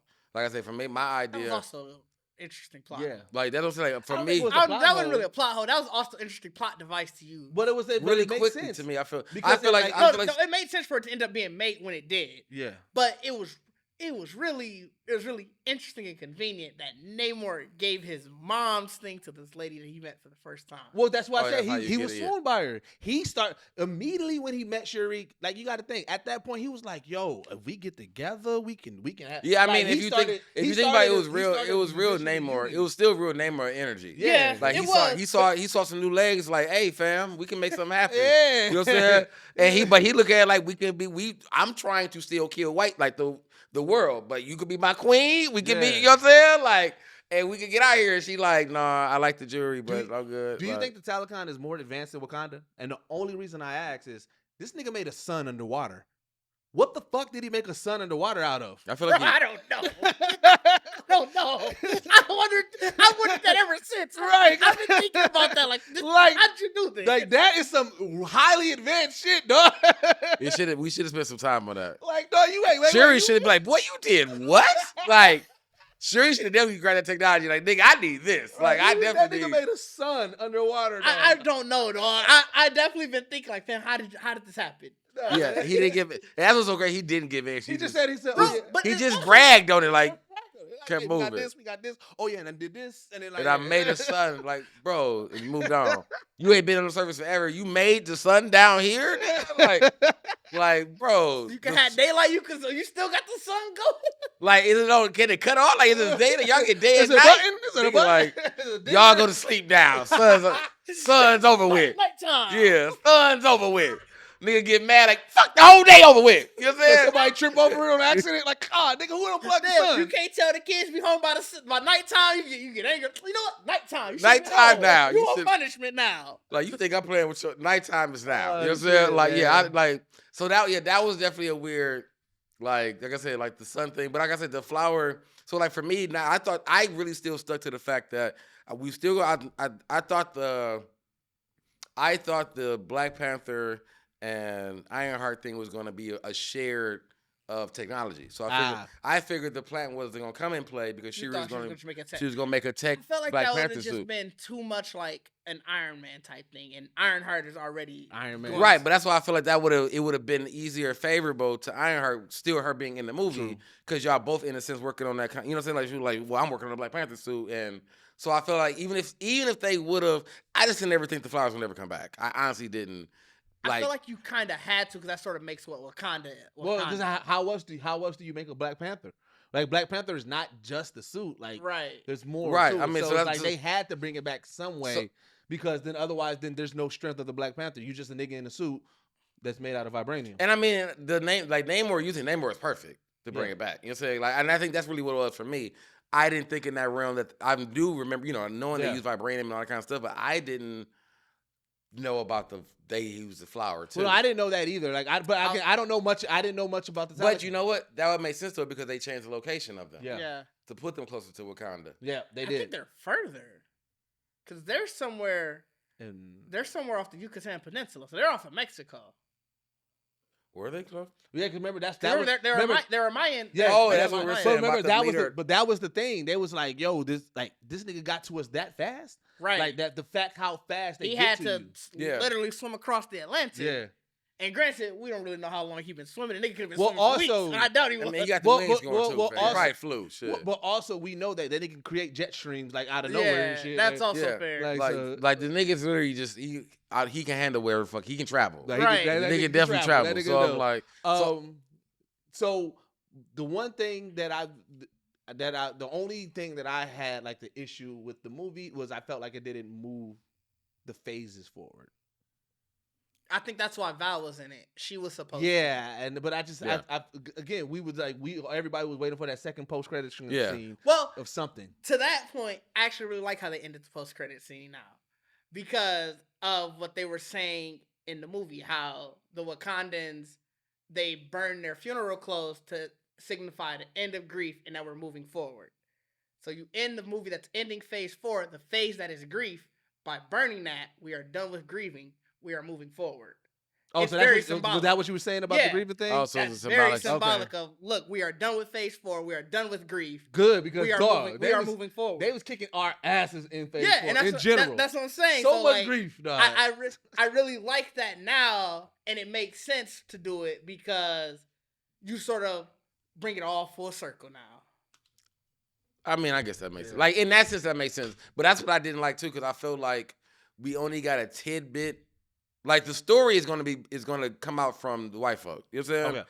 So, and I feel like because we only got that small, tiny bit between the movie, that it's like, even if you're not gonna give us a post-credit scene, like, I really thought that we was, like, I didn't think that we were going to... just something. Yeah, like, I thought... I was waiting for whether they finna go to war, like, I would have felt like, I just felt like we was gonna get one more, like, press conference. Yeah. Where it's like where she was gonna really tell, like, Wakanda, there's another third, like, at least tell people, like, a press room saying, like, there's 2 parties now. We just discovered this. Because she's building Thunderbolts, and which is supposed to be the Suicide Squad, essentially. I don't think she's going to tell anybody besides the people that's within that, working on that team. Yeah. Which is that. Yeah. So I don't see her doing the press conference, but like I said, more so just saying, you know what? Let's leave Wakanda alone real quick. We need to go find them. Yeah. You know, like something like that. I mean, that's what I said, because that's what I said in that sense, because we know that she's putting together them. Yeah. So even if we would have got a moment where she was like, you knew she was calling somebody from them, like, I got the perfect job for y'all. You know what I'm saying? Yeah, like, that would have been perfect. Like, that's what I thought. Don't know who you talking to. I'm the opposite. I was like, I didn't need either one of them in this movie at all. Well, here's the thing, though. Ross and Val, their scenes did nothing for me in the movie. But here's the thing, though. Here's the thing that I realized that Ryan Coogler's doing, which is amazing. If you just watch, let's say you watch none of Marvel, and you just watch Black Panther 1 and Wakanda Forever, it's such good together, where it's like, if this was not connected, like, I feel like he's treating like Static. Like, Static, when you read or watch Static and stuff like that, it's its own entity. But it has enough little branches that it's like, oh, if y'all want to connect us to the full DC, y'all can. Here's how y'all can do it. I feel like Ryan Coogler did Black Panther and Wakanda Forever, where it's like, look, we can just do the whole Black Panther storyline by itself. It doesn't have to be connected to anything. However, if y'all want to bring shit in, this is how y'all can do it. Oh yeah, I mean, I think that's out really, of all the series, out of every storyline, this is the only one that does that. Well, you know what? I agree with you only because I feel like everybody's first movie was that, and then the second movie or third, starts to bring everybody in. Where the second movie of Black Panther, we still didn't. It's still Wakanda. You know what I'm saying? Which, I mean, that's what I'm saying. It's also because it's a different story too, so we don't know if that was gonna be changed. We don't know what the original one was. Like, you know what I'm saying? Like, I feel like we got a blend in with Riri. Yeah. Like, that was the if there's anything that moved the story, is Riri to me. Like, because we know she got to go back. Sure. And that's going to start something. I think that this gave Riri a better purpose, too. Because you got to think, when we get introduced to Riri, she was just more, I'm creating tech for people. I'm trying to make a quick buck. Yeah. Right now, she saw the seriousness of the stuff that she creates. So I think in the Ironheart series, she's not going to be so loosey-goosey with just sharing the tech that she's doing. Because now she knows, like, damn, these motherfuckers be using my shit the wrong way. Yeah, she going to, I mean, and it might even be, like I said. I think she's supposed to show up in Armor Wars, too. Yeah, she is. Like, I'm saying, I wouldn't even put it past if like they start her story where her trying to figure out like who, like, that's how we find out the professor. That would be a total miss if they do not explain who the professor was selling. Like, if she just go back to class and be like, "Hey, motherfucker, like, dog, like, hey." I mean, especially the attitude that she got to know that you got pulled into all this shit. I'd be right back on first date. Like, hey, bro, where my shit? Like, hey. On your ass. Never do that again. Yeah, I'm on your ass, bro. Like, so I mean, even if they do something crazy, which I mean, if they want to elude us again, it would be by the time she gets back. It's like, oh, he's gone. The professor left. Yeah, right. And then, I can see that. They like, he's gone, but then like they just like go past the name Victor Von Doom and shit like that. Like, you know what I'm saying? Just something. Or yeah, because I mean, because all you gotta do is give us finally a name. So they like give us a name. We don't, that person doesn't even have to be in the series. Just let us know who it was. Who it was, yeah. So I mean, I feel like my gripe that I had was I hated Riri's suit. I'm sorry, I hated the second suit. It looked at Mega Man as fuck. Mega Man as a Astro Boy. Goddamn. Tony's first suit was Metroid, like, bro. Tony's first 2 suits was bad too. But this was comic book accurate. This was CGI too, and I was like, bro, no, fam. It was just like, and I got it.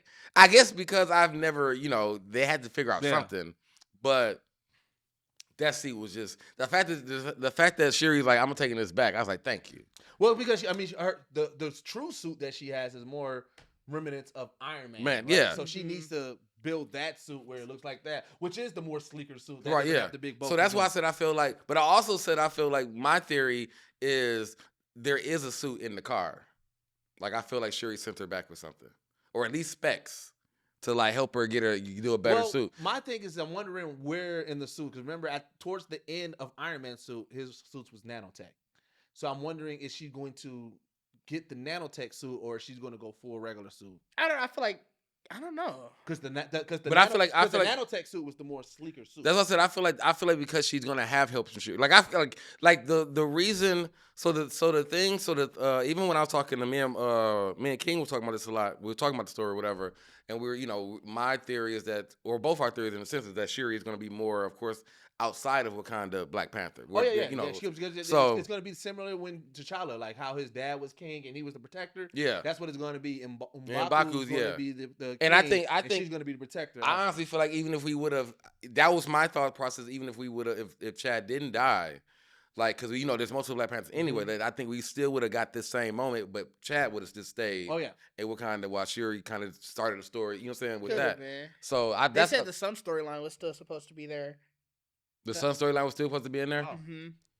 I mean, that would make sense because they said that he knew about it, so it'd have been it probably would have been Chad presenting. Yeah, instead of yeah.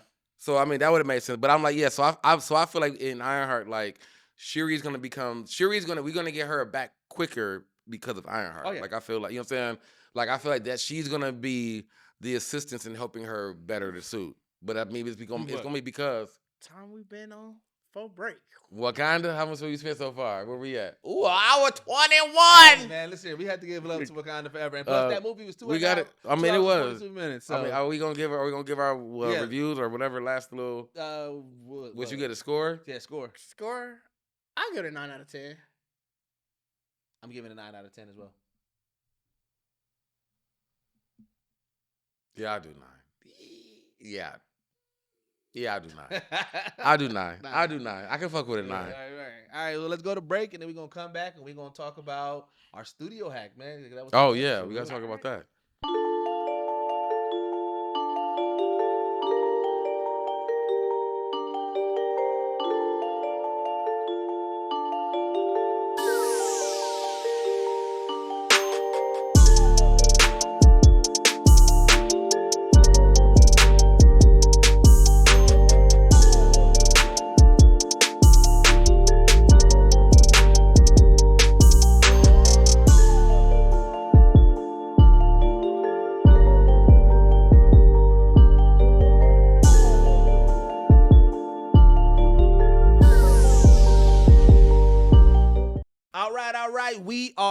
We are back.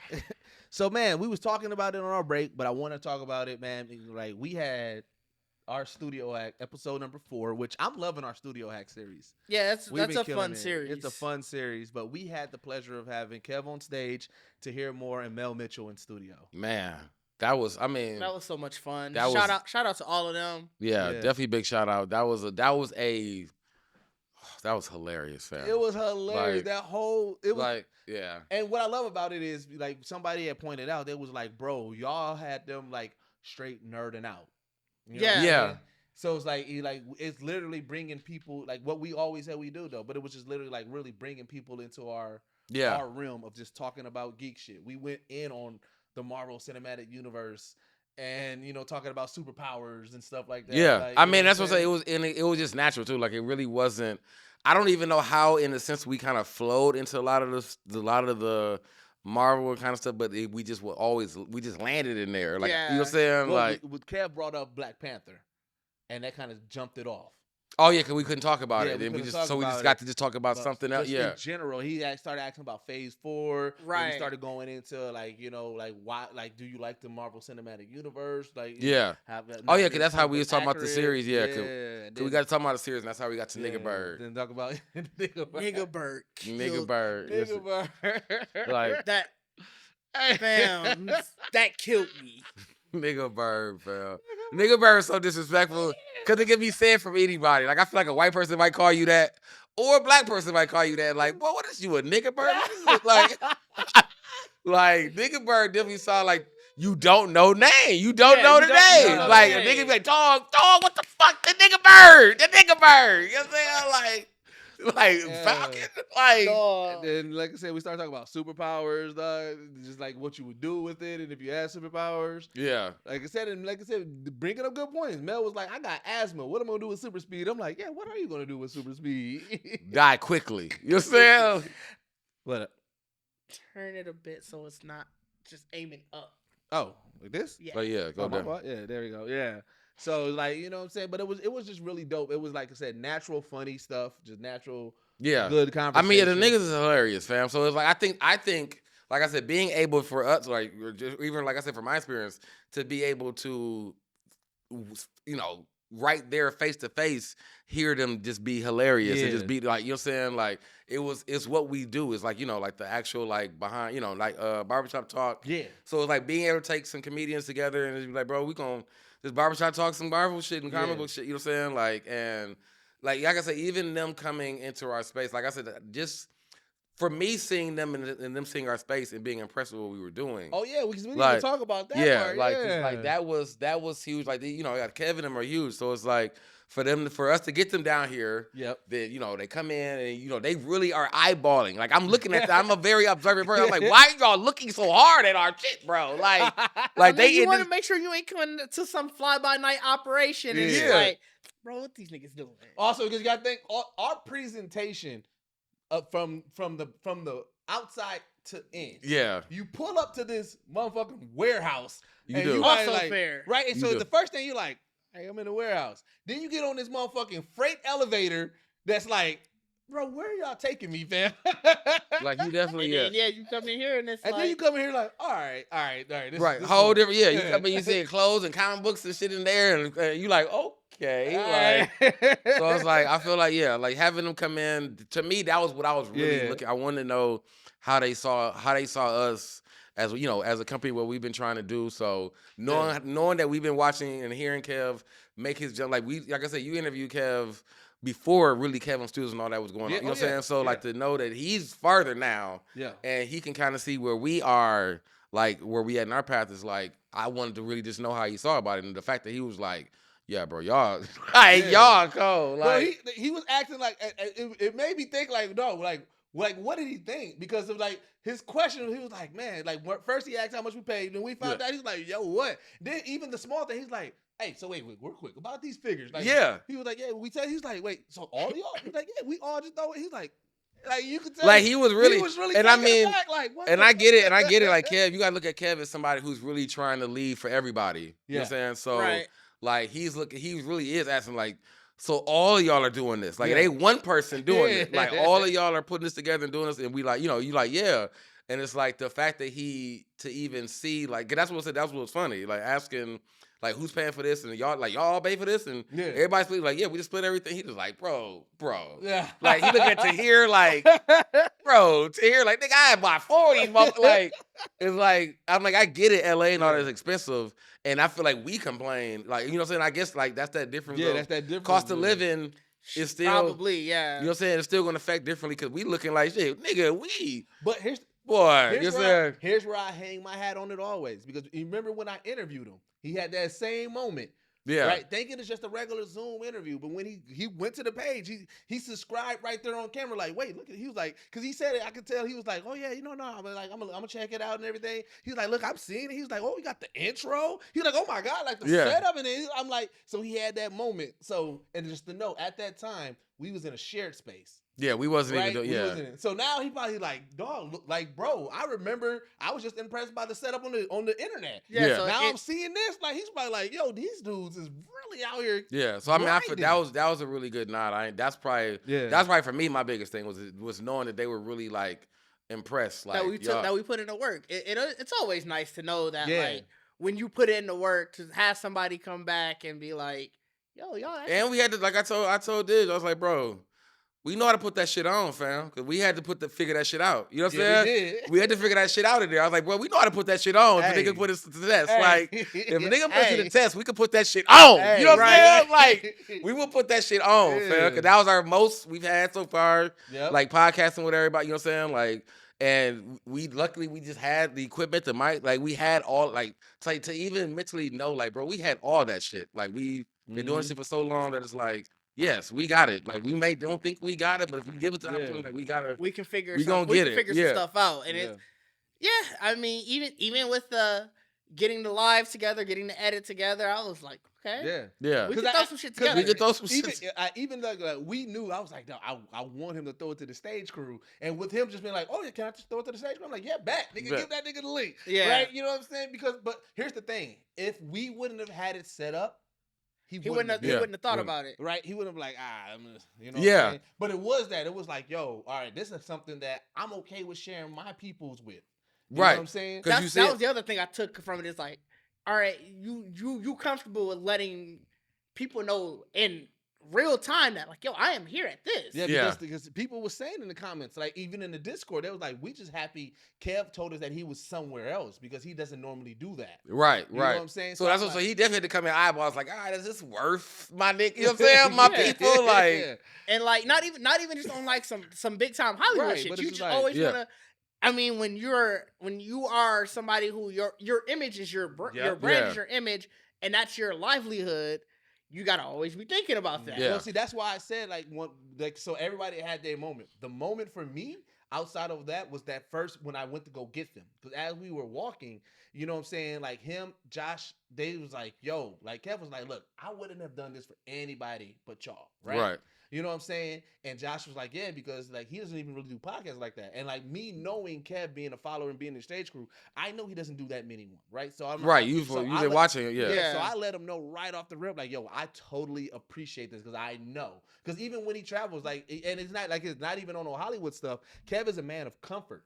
He tells people all the time, I go to a city, I stay in a hotel. I'm not trying to go all out. He's like, he said he was saying it while he was here. Like, you know, that's not because he's not like he's trying to go out to go to the club or nothing. Nothing like that. So like, like you said, he'll go like, all right, I'm gonna go find some place to eat. And then And I completely understand that. So it's like, you know what I'm saying? So to me, like I said, in that whole moment of that, right? And then like, you know what I'm saying, what I really like about it too is like, to me, it shows work ethic can breed good results, right? Because even people in the Discord and the comments, that was like, yo, it is dope to see stage crew. Like you are visiting a stage crew member's podcast. Right? So I mean, you know what I'm saying? So it's like people, so they're attached to it from that, like, yo, this is crazy because like I see Deuces in the lives, I see Deuces in the Discord. Right. You know what I'm saying? But now like Kev is there with him. Kevin, so you definitely give another fellow stage crew the opportunity. Like, bro, that could be us probably. You know what I'm saying? Like, you know what I'm saying? And like to me, like I said, it just adds to that whole story. Like it adds to the story of Geekset.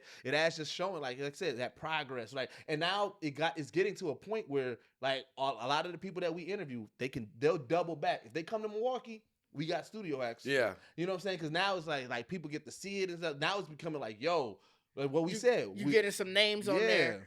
And what I like about every studio hack is they're different. Yep.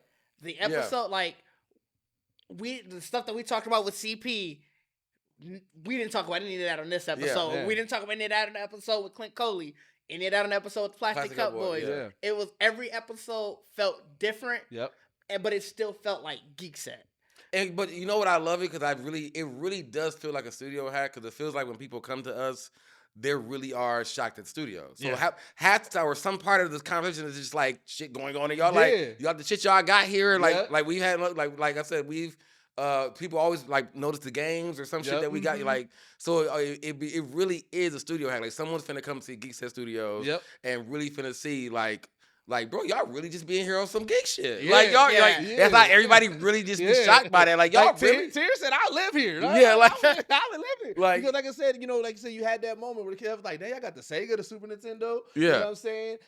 We had CP. They're like, yo, these figures is fire. Like, right? yeah. You know what I'm saying? Like, you have that moments where people are just like admiring, and then they get to thinking like, damn, like I need to have this stuff in my studio. Right, you just know? don't realize Like, no, if listen here, if I watch Here's the Thing and I see Kev with an old school game, we know where he came from. Like, but I knew he was gonna stop by the Talk Boy because he talk about it all the time that he wants to Talk Boy. Does he? Yeah, he talk about it all the time that he wants to Talk Boy. So I knew. Oh, so you had that in that pocket for a long time for that I one. wanted to Talk Boy myself, but I Right. knew I was like, if Kev ever come here, he gonna definitely see that. definitely see that and stop on that. So it's like again, but that's what we said. We said this is that geek safe haven. When people walk through the door, it is like they immediately like, oh shit, and they geek out because they seeing comic books, they seeing anime figures and anime characters, they seeing things that they probably ain't seen in a while. They just talking about like, oh man, remember I have a Sega Genesis, and then you walk in and you right there see it. Oh, remember I used to play GoldenEye 64 all the time. That's what I said. I can't right wait. there. I can't wait till we get that studio hack where somebody really like turn that shit on. Yeah. Cut it off. Right, Cut that shit off. It turns Right. into a Twitch session. Yeah, cut that shit off, bro. Yeah, We about to get a right. game in. Like, you know what I'm saying? Like, That would actually be a really dope one. Like, Oh, yeah. like, but I'm like, yeah, that's what I'm saying. But I love the fact like the studio hacks are becoming more of that because it is like you see us on the internet, you see how we are on social media, whatever. But when you really come down and see, it's like, dog, y'all, it's not just like a niche. Like, nigga, y'all really just like that's why I said I feel like even him asking, like, y'all bought all this shit, and y'all like, yeah, nigga, this our shit. Yeah. Like this the money we spend our money on. Like, you know what I'm saying? We Like, go to cons and we be out here yeah, doing like it. you said. So it's like I feel like being able to, it's always good to be able to have people come see it and really be like, okay, y'all really the hype. And like y'all really, you know what I'm saying? And that's what a lot of people keep on saying. Like even in general with the one-on-one with Deuces, but in general, anytime that we're bringing in people in our world, it's what it is to blur culture. It is normalizing this geekdom, right? Yeah. It's like, oh man, this person is this cool person in this realm.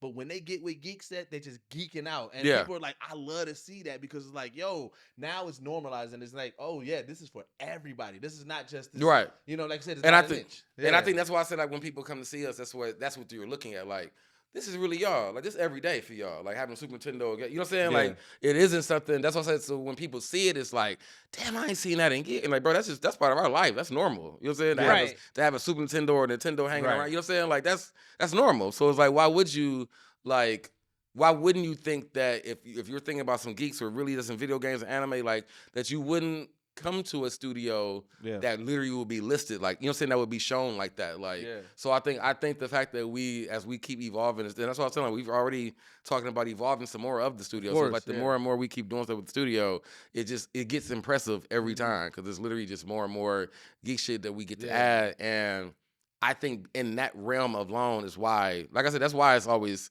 easy. It just becomes always easy, bro. Like it's like a comfort space. Like we're like a toy store, bro. It is for adults. You know what I'm saying? Like Niggas, niggas come in and you really realize like, dog, I ain't seen this in forever. I ain't seen this in forever. And it's like you really like in a fucking like, and we just chilling because it's like normal for us. Like we're not even like you geeking out. Like it's normal. Like it's a normal everyday thing for us. So it's like.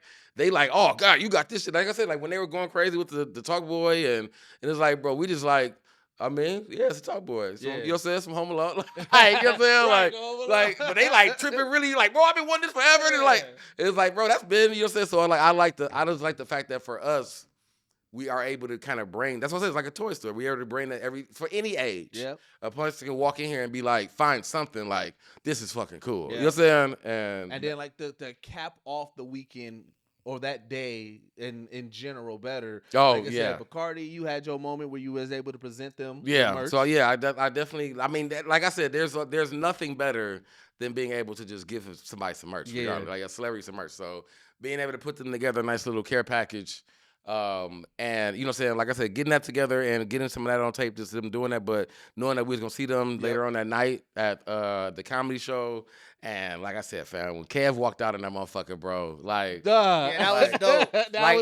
You just really don't expect that at all, like, because he didn't give us a warning. He didn't say nothing. He didn't give me nothing. And what bro. the funniest moment was the moment that Didge had with the guy sitting on the edge of us. Oh yeah, dude. He turned around. He was like, "Yo, that's y'all podcast." I was like, "Yeah, I mean, I'm wearing the same Right. hat. Right. Same logo and everything. all had the logo. Logo, yeah. So like that's because because he really was like these niggas up like nigga Cam came off stage, niggas stood the fuck up like he was like boy we like yeah niggas like that's why he looked back like oh okay that's what tell you like he wear y'all shit like I'm like but yeah like I said that was dope like I said I'm really happy to say because I really feel like.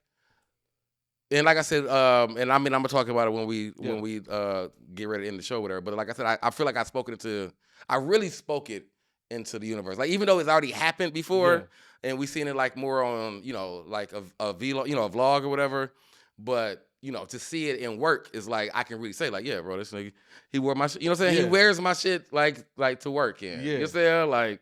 And I think that's like I said for me, that's the kind of clothes I want to make anyways that people will want to wear in your own creative space. Well, you got to think about it this way too. In stand-up world, no matter what, there's so much emphasis on what you're gonna wear. Yeah. Right? People put that thought into it. So the fact that that he already had a stage fit. Right. And then he saw that shirt and said, "Oh, I'm wearing that." Yeah, and that's what I was saying. 'Cause that shirt was actually I was like, I don't know if I should throw it here. Like I didn't really know. I was like, because it didn't go. It wasn't the color scheme of everything I had, and I had messed up a shirt. So I was like, fuck, I'm just gonna throw him this one because it was still another size for him. I'm like, it'll flow, and I'm like, the fact that he had wore it, I was like. I guess he must like that fucking color. I just like to see that teal or whatever. I was like, he must like this color for us. So I was like, so yeah, like for me, like I said, there's always a win in seeing somebody at least appreciate and want to put on what you got. So I was like, to see Kev do that was my. I mean, like I said, him understanding being impressed with us, but that was my personal highlight. Oh yeah, no, I already knew, bro. Yeah. But the absolute funniest part of the night was the nigga that was in front of us. Because that nigga was doing the nigga that was talking the most. The most, son. That nigga. Fam, the fact that he was in front of us and then I don't know he was like, I gotta get more comfortable and went to the booth behind us. Fam, and got the talking, dog. You would have thought they was doing this. You would have thought they was doing the show for him the way he was responding. He responded to everything. He was heck like, dog. I'm like, bro, you behind us, bro. Like, you know what I'm saying? No, when he was sitting with us, I'm like, bro, I don't want them to think that he with us. Yeah. Because I was like, this nigga doing way too much. He's doing a lot, bro. And he was by himself. He didn't have a date. He snapped. He was just like, fam, me. He was literally by himself. And wholeheartedly was enjoying himself. Nah, Kev, don't do that, Kev. Like, talking. Man, hey, better be on it, Kev. Like, I'm like, bro, what is you doing, dog? Talking to this nigga, bro. He was talking to Kev, bro. Like. Oh, as a matter of fact, I gotta go back to the studio hack because the funniest shit was the Tahir did shit. Oh yeah, the Tahir did shit. Like that's why I said I do love a good live. I love that we was live. We got to interact with a lot of like the stage crew, a lot of that people. Somebody in there said, "I'm glad somebody mentioned the regular voice." Yeah, like dog. That shit had me in tears, dog. They said, dog, that shit is. Funny, fam, they said that I sounded how Tahir looks. Like that killed me. I was like, bro, I was like, what? That was a wild. That's why I put it in the clip. I was like, I gotta put that in the clip. Like, dog, that shit, yeah. That's what I'm saying. Like the stage crew was funny, fam. Even if the studio hack was hilarious. I mean, I ain't want to go back to it, but the studio hack was good. Tahir got a story. The shit was good. It was great. You definitely, if you haven't watched it yet, you need to go. Please watch it. Please. That was fire, bro. Like, so yeah, man. Studio hack. I just love our series of studio hack. I'm glad on it, man. Yeah. I'm glad that the more we get, because just like the one-on-ones, the more we get, the more people be more interested in like, oh, okay, y'all actually like, you got shit that you can show. Like we had them on here. Oh yeah, now I'm gonna cut a trailer for it and everything. Yeah, like, what it is, it's more evidence of like, yeah, we be working. Yeah, we be doing shit. Yeah, like you know what I'm saying? Like we got interviews and we got in-persons. Like people come down. That's really to be able to say like, yeah, people come in town and come fuck with us. Like, you know what I'm saying? Yeah. Like that's what I'm saying. Like Kev is a very strong, like you saying, like that he don't do that. So to be like, yeah, this motherfucker came in town to fuck with us. But what also it does too, like especially in that comedy world, that when people, let's say somebody talking to anybody, like I'm hitting Milwaukee. Hey, you know who you should fuck with?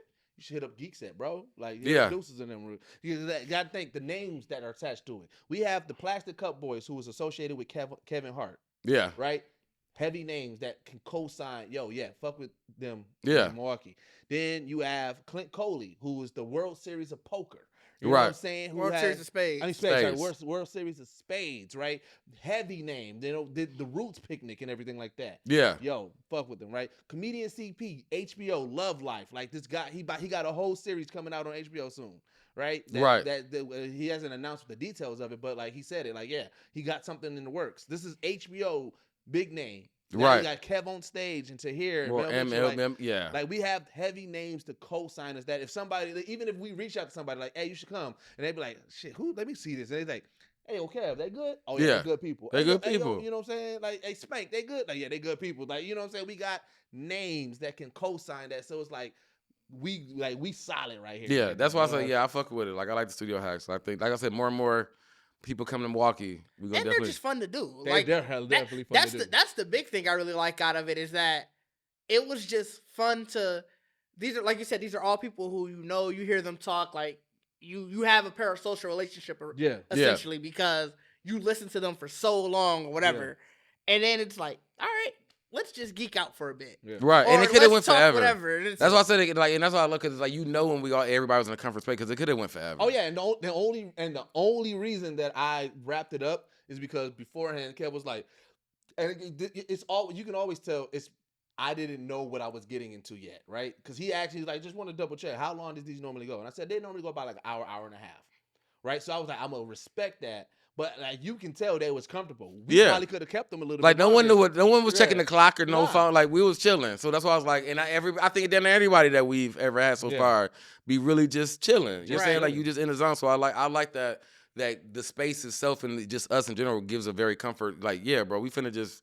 You know what I'm saying? Ain't nobody pressing no time. Ain't nobody asking some stupid ass questions. We finna just really shoot the shit about some geek shit. So I fuck with it. So man, I did want to just talk about just quickly what we've been up to, right? And I guess that can lead into recommendations as well. But like I know like Chainsaw Man been going, and we haven't really talked about Chainsaw Man. Chainsaw Man been going crazy. Yeah, so Chainsaw Man. Let's do it. Have you watched all 6? Is it 6 episodes? I didn't watch the 6th one. Because that would have been Tuesday. I didn't watch Tuesday's episode. Yeah. That's the only one I missed. I watched. Okay, so I watched all of them. Okay, I watched all of them. You saw Tuesday's episode? Yeah, because then I just watched that. Then So how's that? I mean, just in general, how y'all feeling about? The series? So Chainsaw Man going crazy. So I love the show. Hey, we finna mute Bacardi Mike. I'm waiting.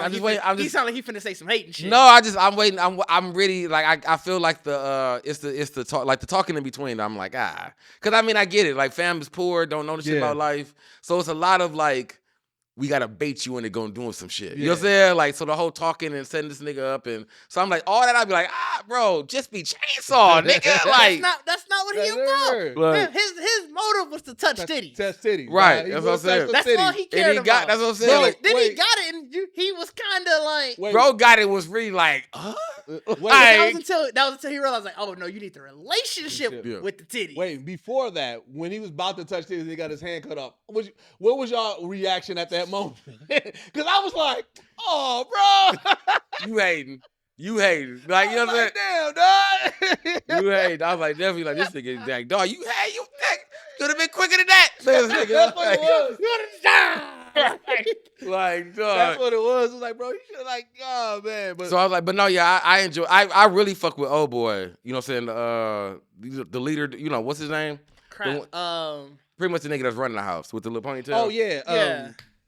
Damn, why like the shit, like cause that little dog, that shit cold. Yeah. So I mean, but it definitely gives me. It doesn't give me nothing different than Jujutsu Kaisen. You know, it gives me like like Jujutsu. What's one? It gives me the same realm of like, cause they demon. You know, it's the same like the demon hunter. Okay, I see what so you're it saying. kind of give me that same. It's always a trio. Yeah. You know what I'm saying? It's the same kind of romp. So I was like, I'm not really feel like I'm watching something extremely new. That's why, like, for me, it's like I just want to see Chainsaw Man go crazy. Because it's like, I know this trope already. Like, I know y'all done grabbed a nigga who didn't think he was going to be a devil, and now you like, this nigga might be the most, you know what I'm saying? Like, so it's like, chosen one. Yeah, so it's like, I know this trope. So, like, just show me this nigga fight. Yeah. You know what I'm saying? Like, I just like, and I love the gore. Like I said, I love it. Yeah, the gore. Take it there. Like this, because I think with 5, if y'all at 5, y'all in the hotel. No, you know what I'm saying? No, where y'all at? Y'all in the they in the hotel. That was right at the Gun Devil. Yep. Yeah, now they're at the Gun Devil, right? Yeah. So that's what I'm saying. Like, so that one. So like I said, like I think in that, like I'm enjoying the devil, like them fighting the devils. Like the Gun Devil one, because it's supposed to be the strongest devil. Now, like, nigga, that the intro to the Gun Devil was so disrespectful. Like, nigga, they was just playing catch. You know what I'm saying? Nigga said, go get a glove. Go get a glove. That was tragic. It happened so quickly. Dog, I swear. And it was funny because it reminded me of that clip they always show when they show like that old ass house that get blown away by it's like that's what it reminded. I thought he was going to get killed, like the brother that told told him to go send them off. I thought when he sent them off, the Gun Devil was gonna come and kill him between that.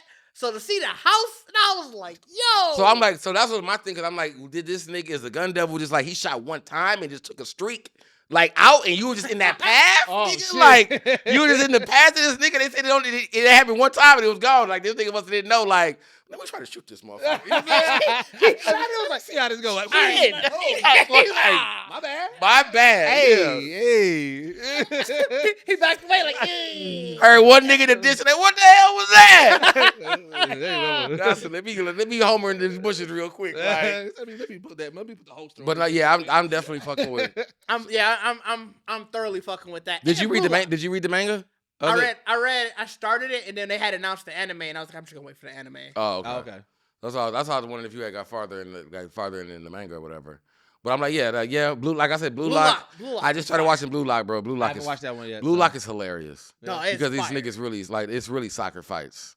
Like it's really soccer fights. The starting off when they did the tag with soccer, dog. That was hilarious. Cause it was the funniest shit. Cause fam was like, "This is stupid," but don't hit me with that goddamn ball. Right. Don't you hit me with that damn ball. Fam, they was catching niggas though with that ball. Hey, cause it's like it's tag. You gotta hit them with the ball. They supposed to be it. You ain't gotta hit a nigga in the face to do it. But they was catching niggas. So it's anime dodgeball. No, it was soccer. It was still soccer. But like, so the story. So the story is.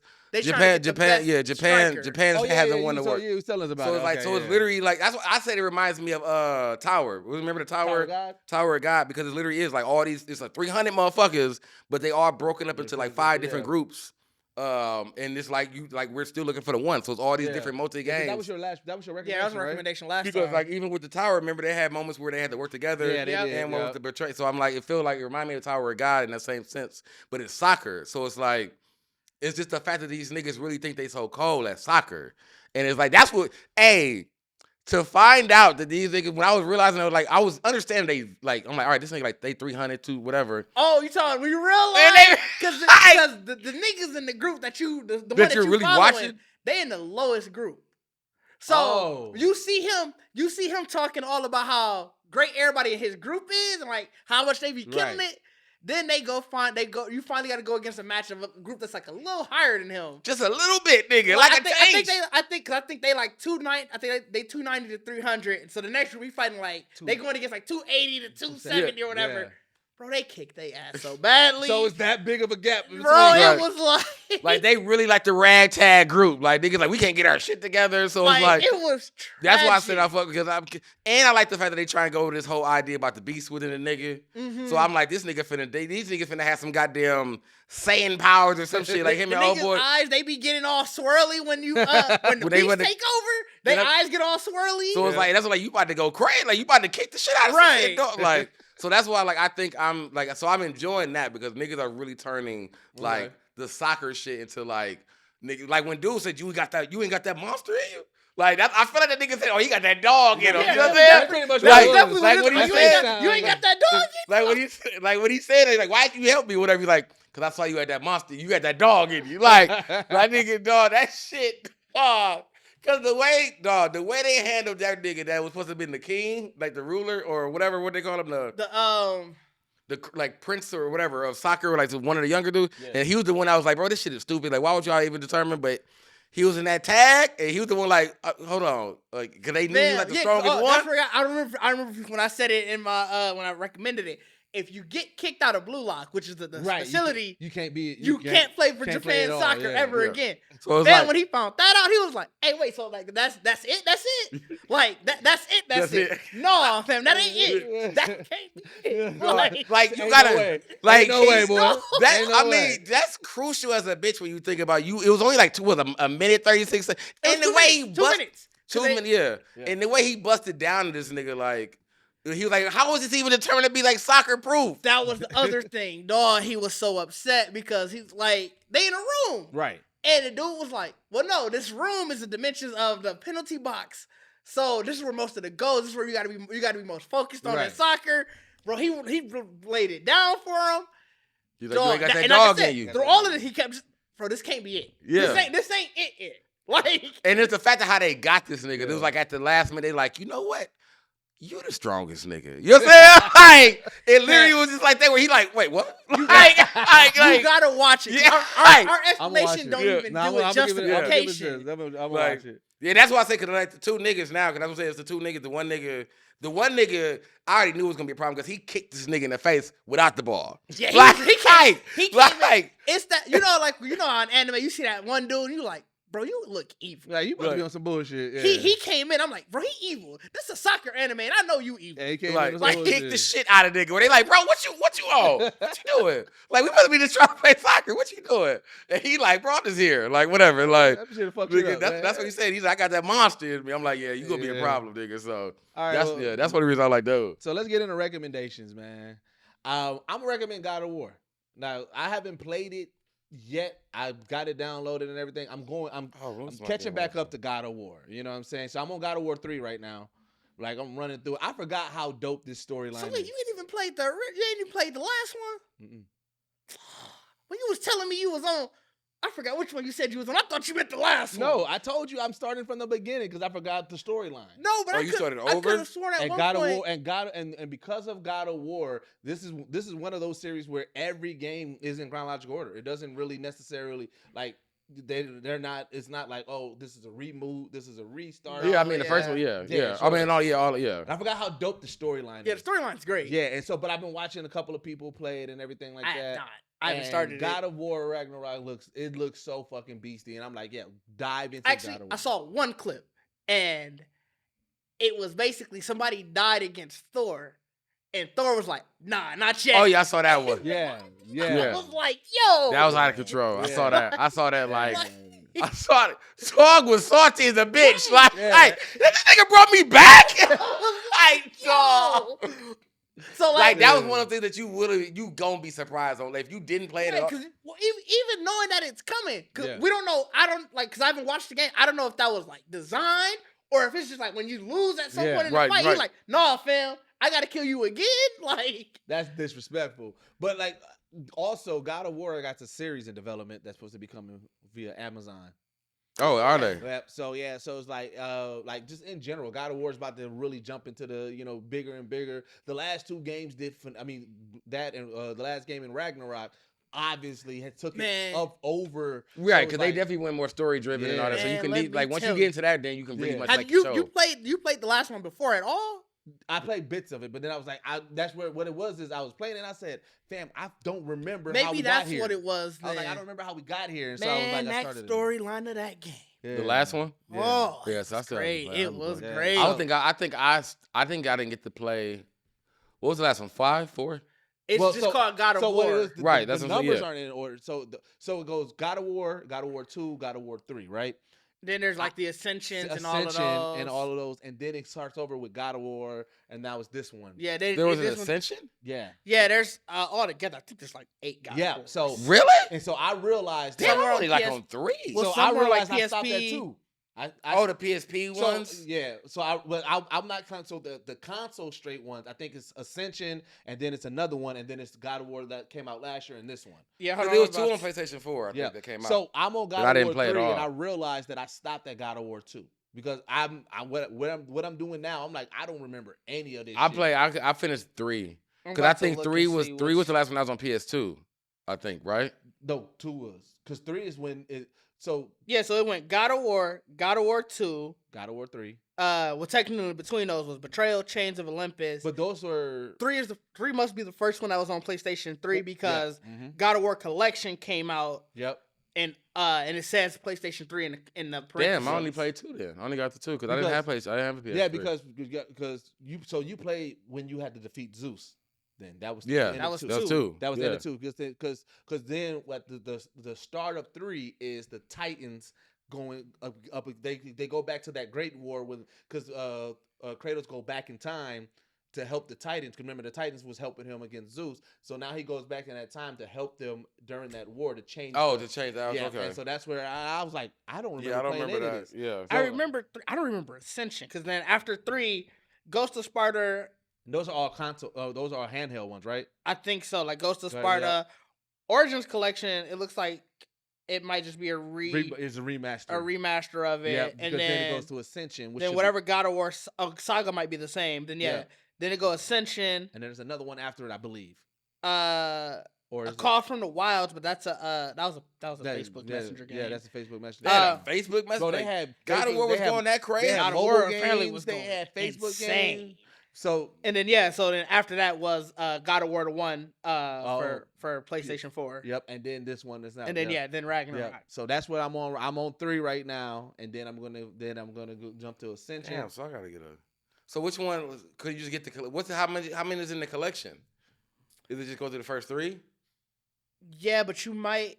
That shit ain't all on free on the PlayStation. I was gonna say it might. It's That's probably I'm playing them on the stream. on the PlayStation Plus collection. Yeah, playing the PlayStation Plus collection. That's what, other than obviously Ragnarok. Yeah. I knew the last one was. Yeah, so that's how I'm playing it right now. So I'm running through them motherfuckers, and I'm like, I forgot how beastie Kratos is. Kratos is that nigga's a savage. Yeah, by the time in the last one, because obviously before you just had the blades of chaos. Yeah. Right. The nigga when he gets the axe, bro, because you could throw the axe, and the way obviously Kratos do everything aggressive. Right. So the way he throw that, he do it so aggressively. But do what the funniest tropes of the games that I'm realizing? How they take your powers away at the beginning of every game. Because at the end of the game, you have all your powers. And then you start the next one, it's like, man, what happened? They show it, though. It's not like they just They didn't show it in God of War, the last one. So God of War 1, you beat it, you have all your powers, right? And then in God of War 2, what ends up happening is Zeus tricks you. He tells you, like, hey, yeah, you know what I'm saying? You got to beat this statue, but here, this is the sword that I used to beat the Titans. And he was like, but you got to give him your power. You give him your power, you beat that big-ass statue, but then Zeus betray you and stab you. So then you finally get up there, you beat Zeus. Now, you don't kill Zeus because Gaia jumps in. No, not Gaia. Athena, she jumps in front of it, and you accidentally kill her. You know what I'm saying? And so then at the beginning of it, while you helping the Titans, Zeus knocks you all the way down, and then as you go through these little leeches things, suck all your power. Now you back down. I'm like, bro. So there's every game they just show you losing your power. That was cheap. I'm trying to remember. Like you got some leeches, like they just draining me. Like, bro. Yeah, I don't think in the last one they showed. I think you kind of got your powers. You don't use the blades of chaos. You like that's a specific plot point in the game.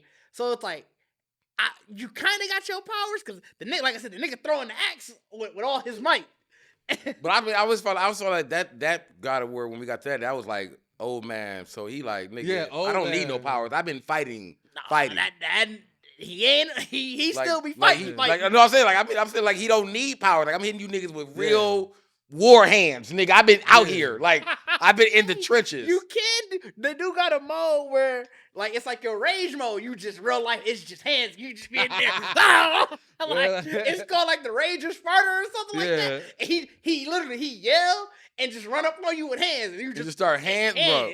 And then, like I said, now that I'm chronologically going over the story, I don't blame Kratos because the gods did that nigga bogus. Like they wouldn't leave the nigga alone. The whole storyline, like he was this vicious Sparta warrior, and then his team was about to die, and he said, "Ares, give me the strength, and like I said, I'll serve you." And he gave him the strength. But then he was like, all right, cool, I'm going to serve you. I got you. Like, all right, take over that town. But then he transported his family to that town, and Kratos killed his family, right?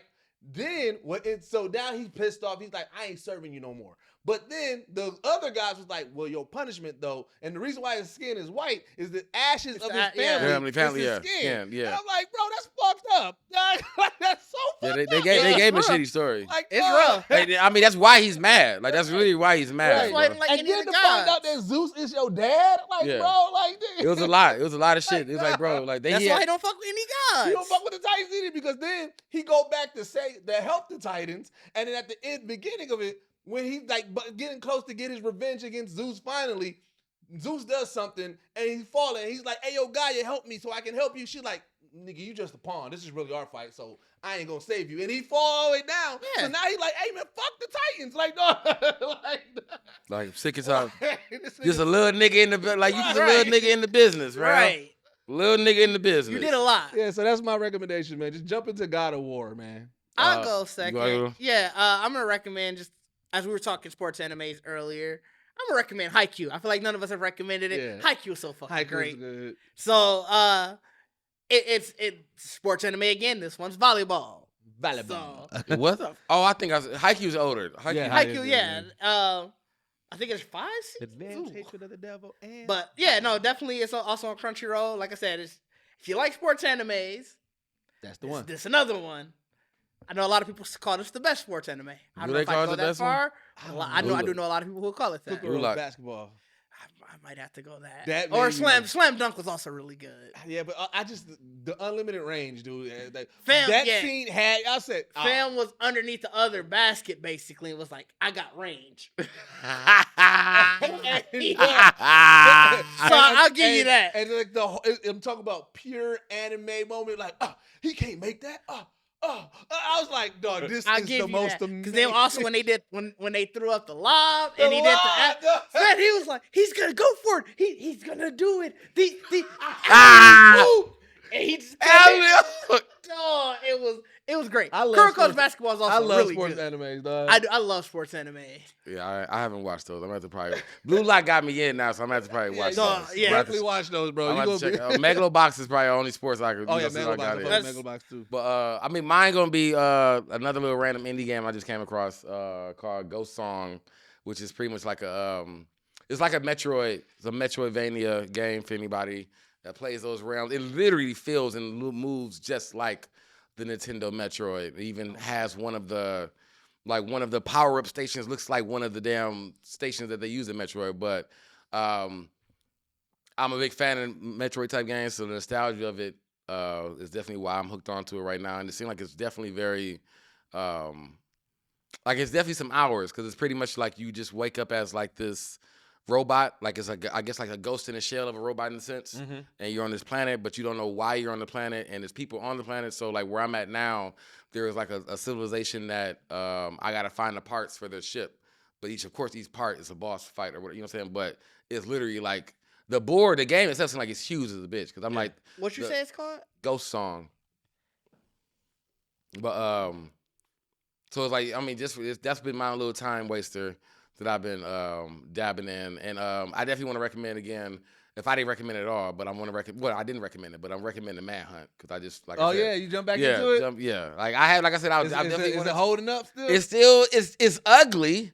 It's ugly because I mean it's like playing Grand Theft Auto 3 or something, bro. Like that's what I was saying when I was talking, like, bro. And it was crazy. Like I said, Marcus didn't even remember this game when I was talking to him about it. He's like, bro, I've never heard of this game. Oh my god! Like I'm like, bro, how have you never heard of this? Like. It was such a controversy because it was like you really just killing. And it was like, bro, I was like, You playing really it though takes you back to the remembrance of when Rockstar was really, not saying they're not at the prime now, but When that was literally changing everything. because Grand Theft Auto was started, we all know that was top down. Yeah. So Yep. when 3 came out, after that was the spurt of Yep. many games that was in that same realm. Yeah. Like right after Vice City, I was like say like, but that's when we got to war because all the Warriors, Manhunt, all of them is literally Bully. just GTAs in different like yeah. Bully yeah. is GTA in a college. Yeah. You know what Red I'm Dead, saying? I guess you could call Red it Dead Western and GTA in the Western. Yep. And then like I said, Manhunt was just like, all right, you a killer. Yeah, You just man was just a mission like we gonna just do GTA with no guns. You know what I'm Yeah, saying? Like the shit you the could vicious murders that you Yeah. can do in that bitch. like that's what, like bro. Like I said, I still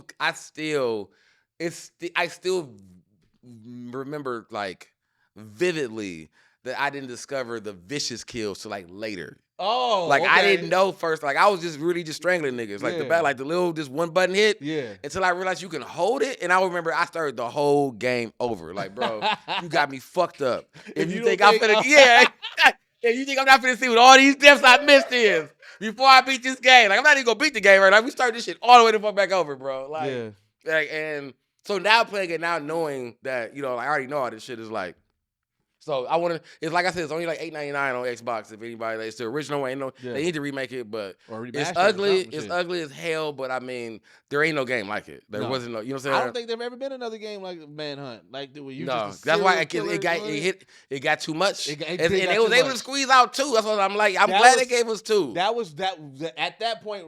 That's when the world was like, okay, Rockstar, y'all doing too much. Do like Grand Theft Auto. Like Grand Theft Auto was a lot. When y'all went to 10, I need y'all to get that back to an 8 at least. Fuck that. Like, y'all can't go full 10. Yeah. Like, Grand Theft Auto. I feel like Manhunt was that. Like, y'all bothered about Grand Theft Auto? Like, listen, we'll show y'all a game. It was that. Like, we'll show y'all a game. You know what I'm saying? Right. That's really gonna put you. And that's what's so crazy, because they got under the radar. Like, Manhunt came out, and I feel like people just really didn't know about it. Like, they did a commercial, I think, or 2. They did a commercial. I remember the commercial, and I remember because it caused so much controversy, because it was literally just like, hey, you get to be a serial killer. You literally are serious. I mean, it's Running Man, or what? No, not Running Man. What's the? Is it Running Man, that movie with Schwarzenegger and them? I don't know. What's that movie where he was? Is it Running Man?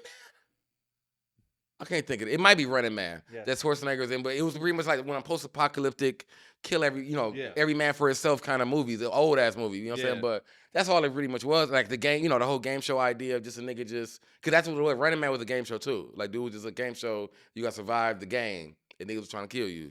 So that's all Manhunt really was. And I'm like, bro, yeah. So that's my second recommendation, and I'm good on that. Cool. And then the OG recommendation, man, make sure you go to GeeksetPodcast.com. Go to the merch store, Geek Year 2. Yes. Yeah, it is out. Yes, and it's Geek rocking. Year 2 out. Like I said, Kev on stage, Ward on stage. Yeah, that lets you know how the type of quality that you are receiving with this new merch. Like, he changed his whole stage outfit to wear Bacardi's clothing that he created. Like, and I want to say that too, like, because like I said, by this time the podcast will be out, but like I said, the 28th, I'll be dropping our first episode of the Geek series. Okay. So the 20th will be dropping, so y'all would get as we're talking about the clothes now, but y'all would definitely get a more in-depth interview with myself about the Geek clothing line and what it's meant for the Geekset and what we're doing. So be on the lookout for that. We're gonna be doing some promo, of course, this week. Going this week into it, but yeah, November 28th is when it drops. Yep. Make sure you follow us on all social media at Geekset Podcast if you want to be a part of the live. So, like I said, we had the stage Studio Hack live and everything. We did this episode live. Shout out to the people that's watching it live. But if you want to be a part of it, man, sign up to our Patreon.com/Geekset. We have different tiers, but like I said, you get access to early episodes. You get access to asking our guest questions. You get access to just Patreon exclusives and everything like that. Join our Discord, man. It's just full of dope individuals talking about some geek shit. Like I said, we have different sub channels and everything like that. As always, go to the blackgeekdocumentary.com. Like I said, we're going to be soon going over all of our footage soon, so we can get together a really dope ass trailer outside of the Patreon trailer that outside of the GoFundMe trailer. So like I said, you know what I'm saying, and you'll probably see that footage and that information first on our Patreon as well. But as always, this is the only podcast that blend hip hop culture and geek culture together that was in Forbes, and we are out. Peace.